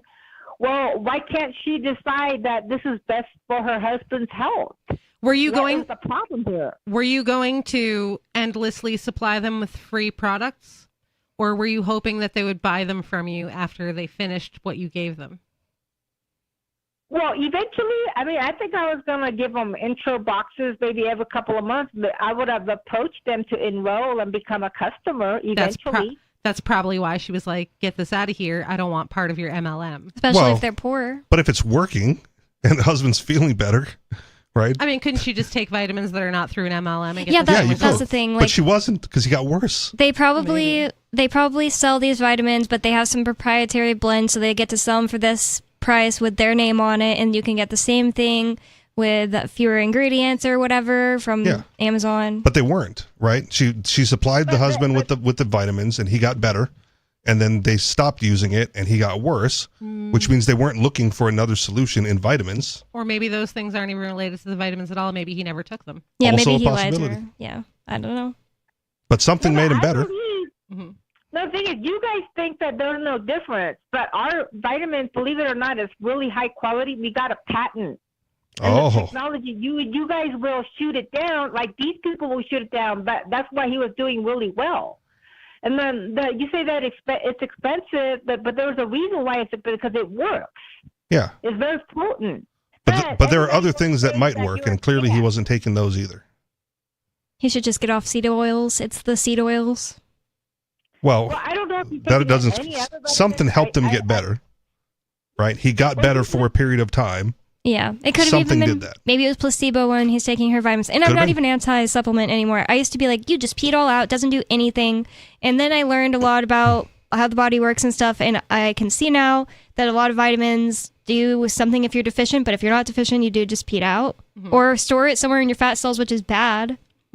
For some vitamins, some will build up and become toxic. And I also realized recently that I have some titanium ingredient in my off-brand Zyrtec, so I'm avoiding getting Pfizer Zyrtec, but I bought one with titanium in it, and even in that tiny amount, it's the last ingredient, it can build up in the body. So I have to get new off-brand Zyrtec. Why are you... Zyrtec, what is that? Is that allergy medication? Yes, it's allergy medicine, and I can't live without it. I don't know what's wrong with me. It's the only thing wrong with me.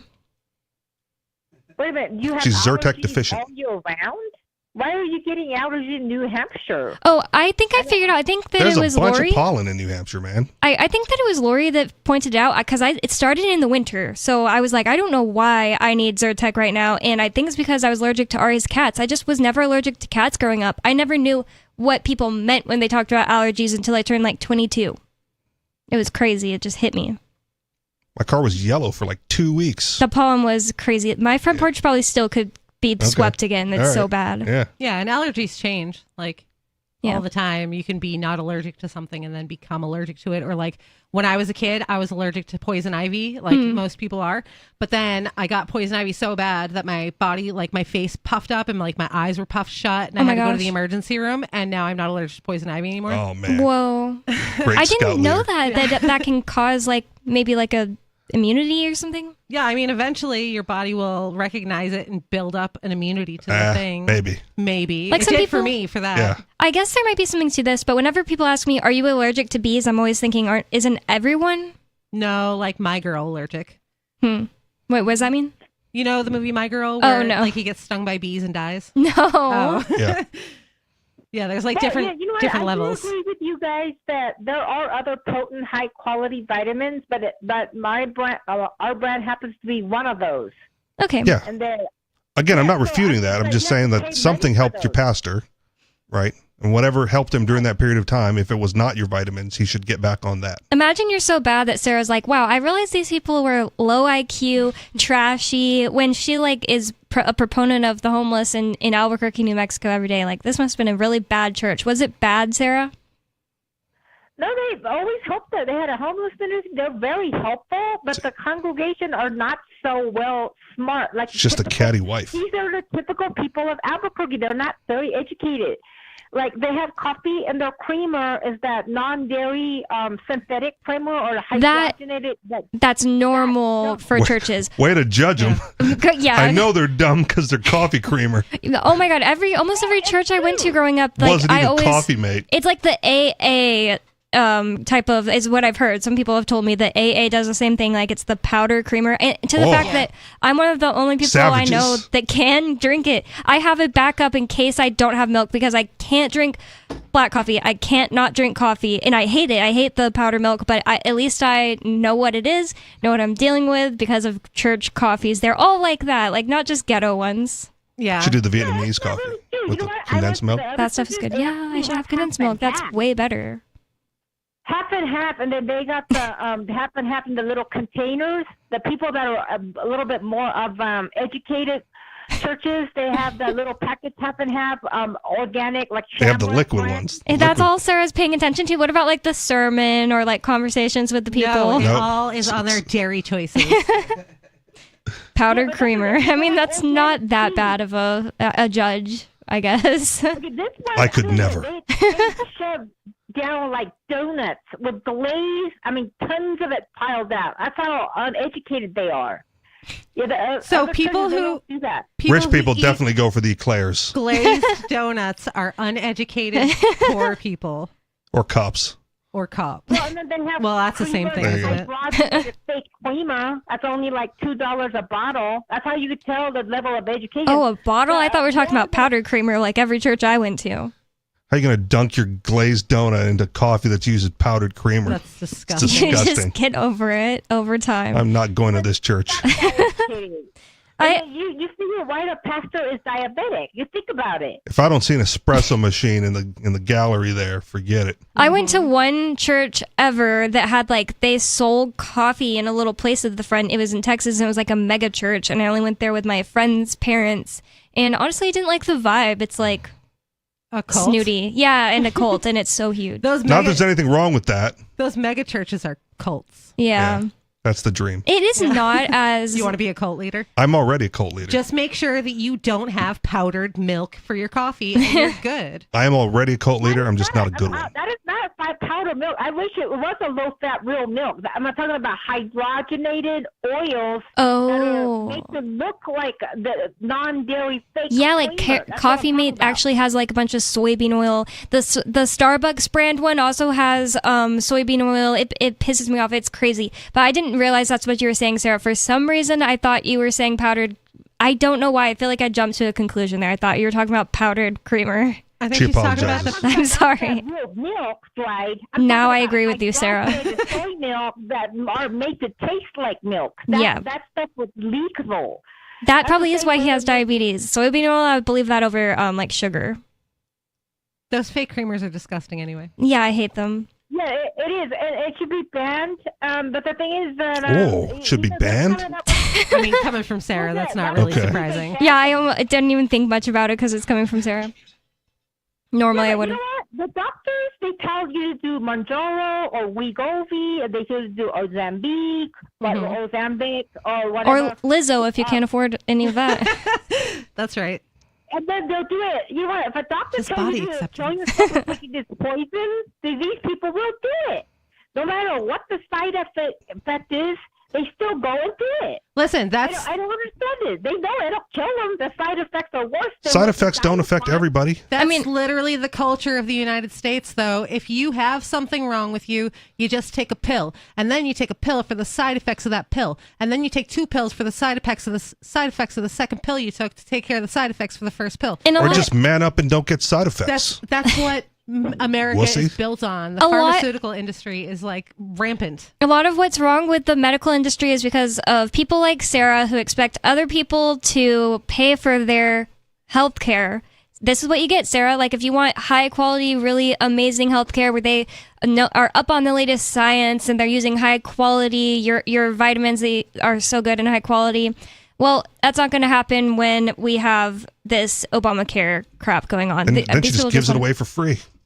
She's got the highest quality vitamins you could get, and she gives it away. Only for a couple months Okay. to hook them. That and people have no self willpower. They have no willpower to actually lose weight or take care of themselves or eat healthy or exercise or any of that stuff. Yeah. So then they just take a pill to deal with their problems. So then they don't have an appetite. Like, I have a friend whose little sister, they were always like kind of like they were like poor and had to grow up with their grandparents and stuff. Not just Could trying you to call tell them because like, they had like fake milk for yeah, their coffee? I didn't know until I looked in their fridge and I was like, oh my God, I'm so sorry for them. No, I'm just kidding. But like, her younger sister like went down a little bit more of a trashy path than her. And she would always talk on Facebook about how like she couldn't lose weight because she got a thyroid problem at like 19, always 18 blame the years old. thyroid. Yeah, she was like 18. And I was just thinking, I was like sitting there and theorizing to myself, like, or imagining to myself, if I was the doctor and she like probably actually had induced a thyroid problem in herself with her diet or something, would I like really want to sit there and be like, hey, trashy girl who like doesn't care about anything but like boys and partying, you got to do this for your health to turn around? Or would you honestly just like give her a pill to stop the side effects? And you know, like, I don't really blame them that much for most of America. Have you ever seen My 600-Pound Life? Yes. With that doctor, he's great. Where people are just like, I only eat like a bowl of crackers and water all day, and he's like, that's not true at all. There's no possible way. You're eating like 6,000 calories just by noon. Whoa. My sister saw one of them. Her name is like Jelena or something with a J. She saw her come into the Buc-ee's my sister worked at, which was it's a gas station in Texas, like a huge famous gas wheel station. her in? No. She had walked in lost at 600 pounds? some of the weight. She wasn't Okay. 600 pounds. All right. She was one that like successfully lost some of the weight, but she was still like 400 pounds. My sister saw her and was like, Jelena. Like, she just knew it was her. That's insane that these people are celebrities, like minor celebrities, for being People too like fat. you watch it. I I've don't never watch heard of it. these people. I don't watch it. I but, like, had I've seen an episode, but Okay. I haven't like I would have never recognized one of them or anything like that. Like, I just see it in passing through like memes Oh, and stuff. okay. Yeah. All right. I wouldn't give that trash my time. I have better things to do. All right. when I was a kid, me and my mom, like, I grew up on like TLC trashy stuff. I don't know why. It's just like a guilty pleasure. And my mom would be like, I feel like guilty watching this. Let's watch another. Like, I don't know. I can't think of an example right now, but there was like, National Geographics? no. The like- Learning Channel? Honey Boo Boo. yes, Honey Boo Boo is definitely one. What Not to Wear, is that TLC? That's kind of trashy, yeah, but it's TLC. still a little That's better. TLC. And you know what that always makes I me watch think of? National Geographic and stuff. There were so many gay guys on TV, and my conservative parents were fine with that when they're like fun and you know, like they like helped her change the clothing she was wearing, and he's so fabulous, he's so funny. And nowadays, like, conservatives can't even deal with like a gay guy on TV, or it's gonna ruin their child's lives. They were like non-threatening gays. Yeah, that's true. They were on TV and being like, you know, They were helpful, fun. not in your face. There's one There's a named difference. Jorge. Serving people. Yes. Instead of, you know, trying to be actual humans and not just like some commodity for us to use. What Not to Wear had It's one human named to serve people. Jorge. That's how capitalism works. You Yeah, serve yeah. your customer and you get money. Yeah, but I mean, the people who live in the above us classes, you know, the reigning lords and ladies, they don't look at the servants as people. That's fine. So that's what I'm saying. It's Okay. like, to them, people who look down on the service class, Okay. those aren't people. They're just the help. Okay. But how'd they get there? Generational wealth, or did they serve people through their investments in business? Who, the servants? No, the masters. Oh, probably generational wealth. Okay. A lot of them. I think a lot of it is just like they did a crappy job in the military and worked their way, or not military, the government, and worked their way up, and also generational, like just like people who their parents were rich and they got them a job through their person, I don't- and also just like lawyers. Sorry, the administrative Okay. state. I don't think the people in those upper class mansions with servants are government employees. Like, that seems No. exceptional. Okay. I think a lot of them are generational wealth. Okay. There's a lot of that. A lot of what's the word? Starts with a P when you just hire your family over and over again. Nepotism. That starts with an N. Yeah, an N. But I still thought it was an N. She got it.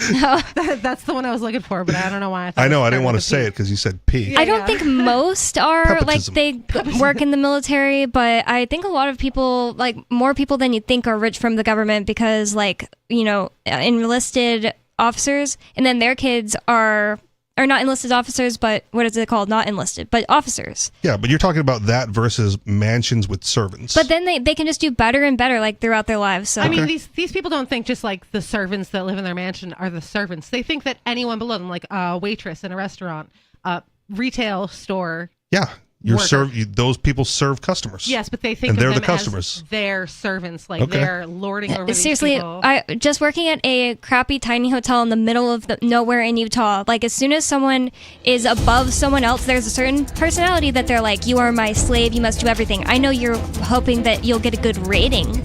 Yeah, those people. Oh my god, terrible. This is Free Talk Live. You can call in tomorrow at 603-283-6160. Thanks for joining us.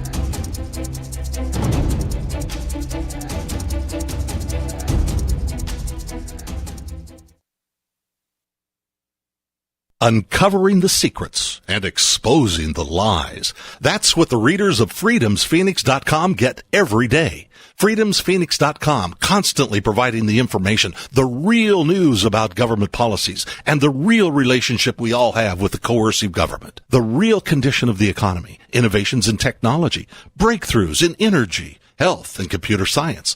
Learn the truth well before it's admitted to in the lamestream media. The corporate media, nothing more than distributors of government propaganda, but now there's an alternative. Freedom's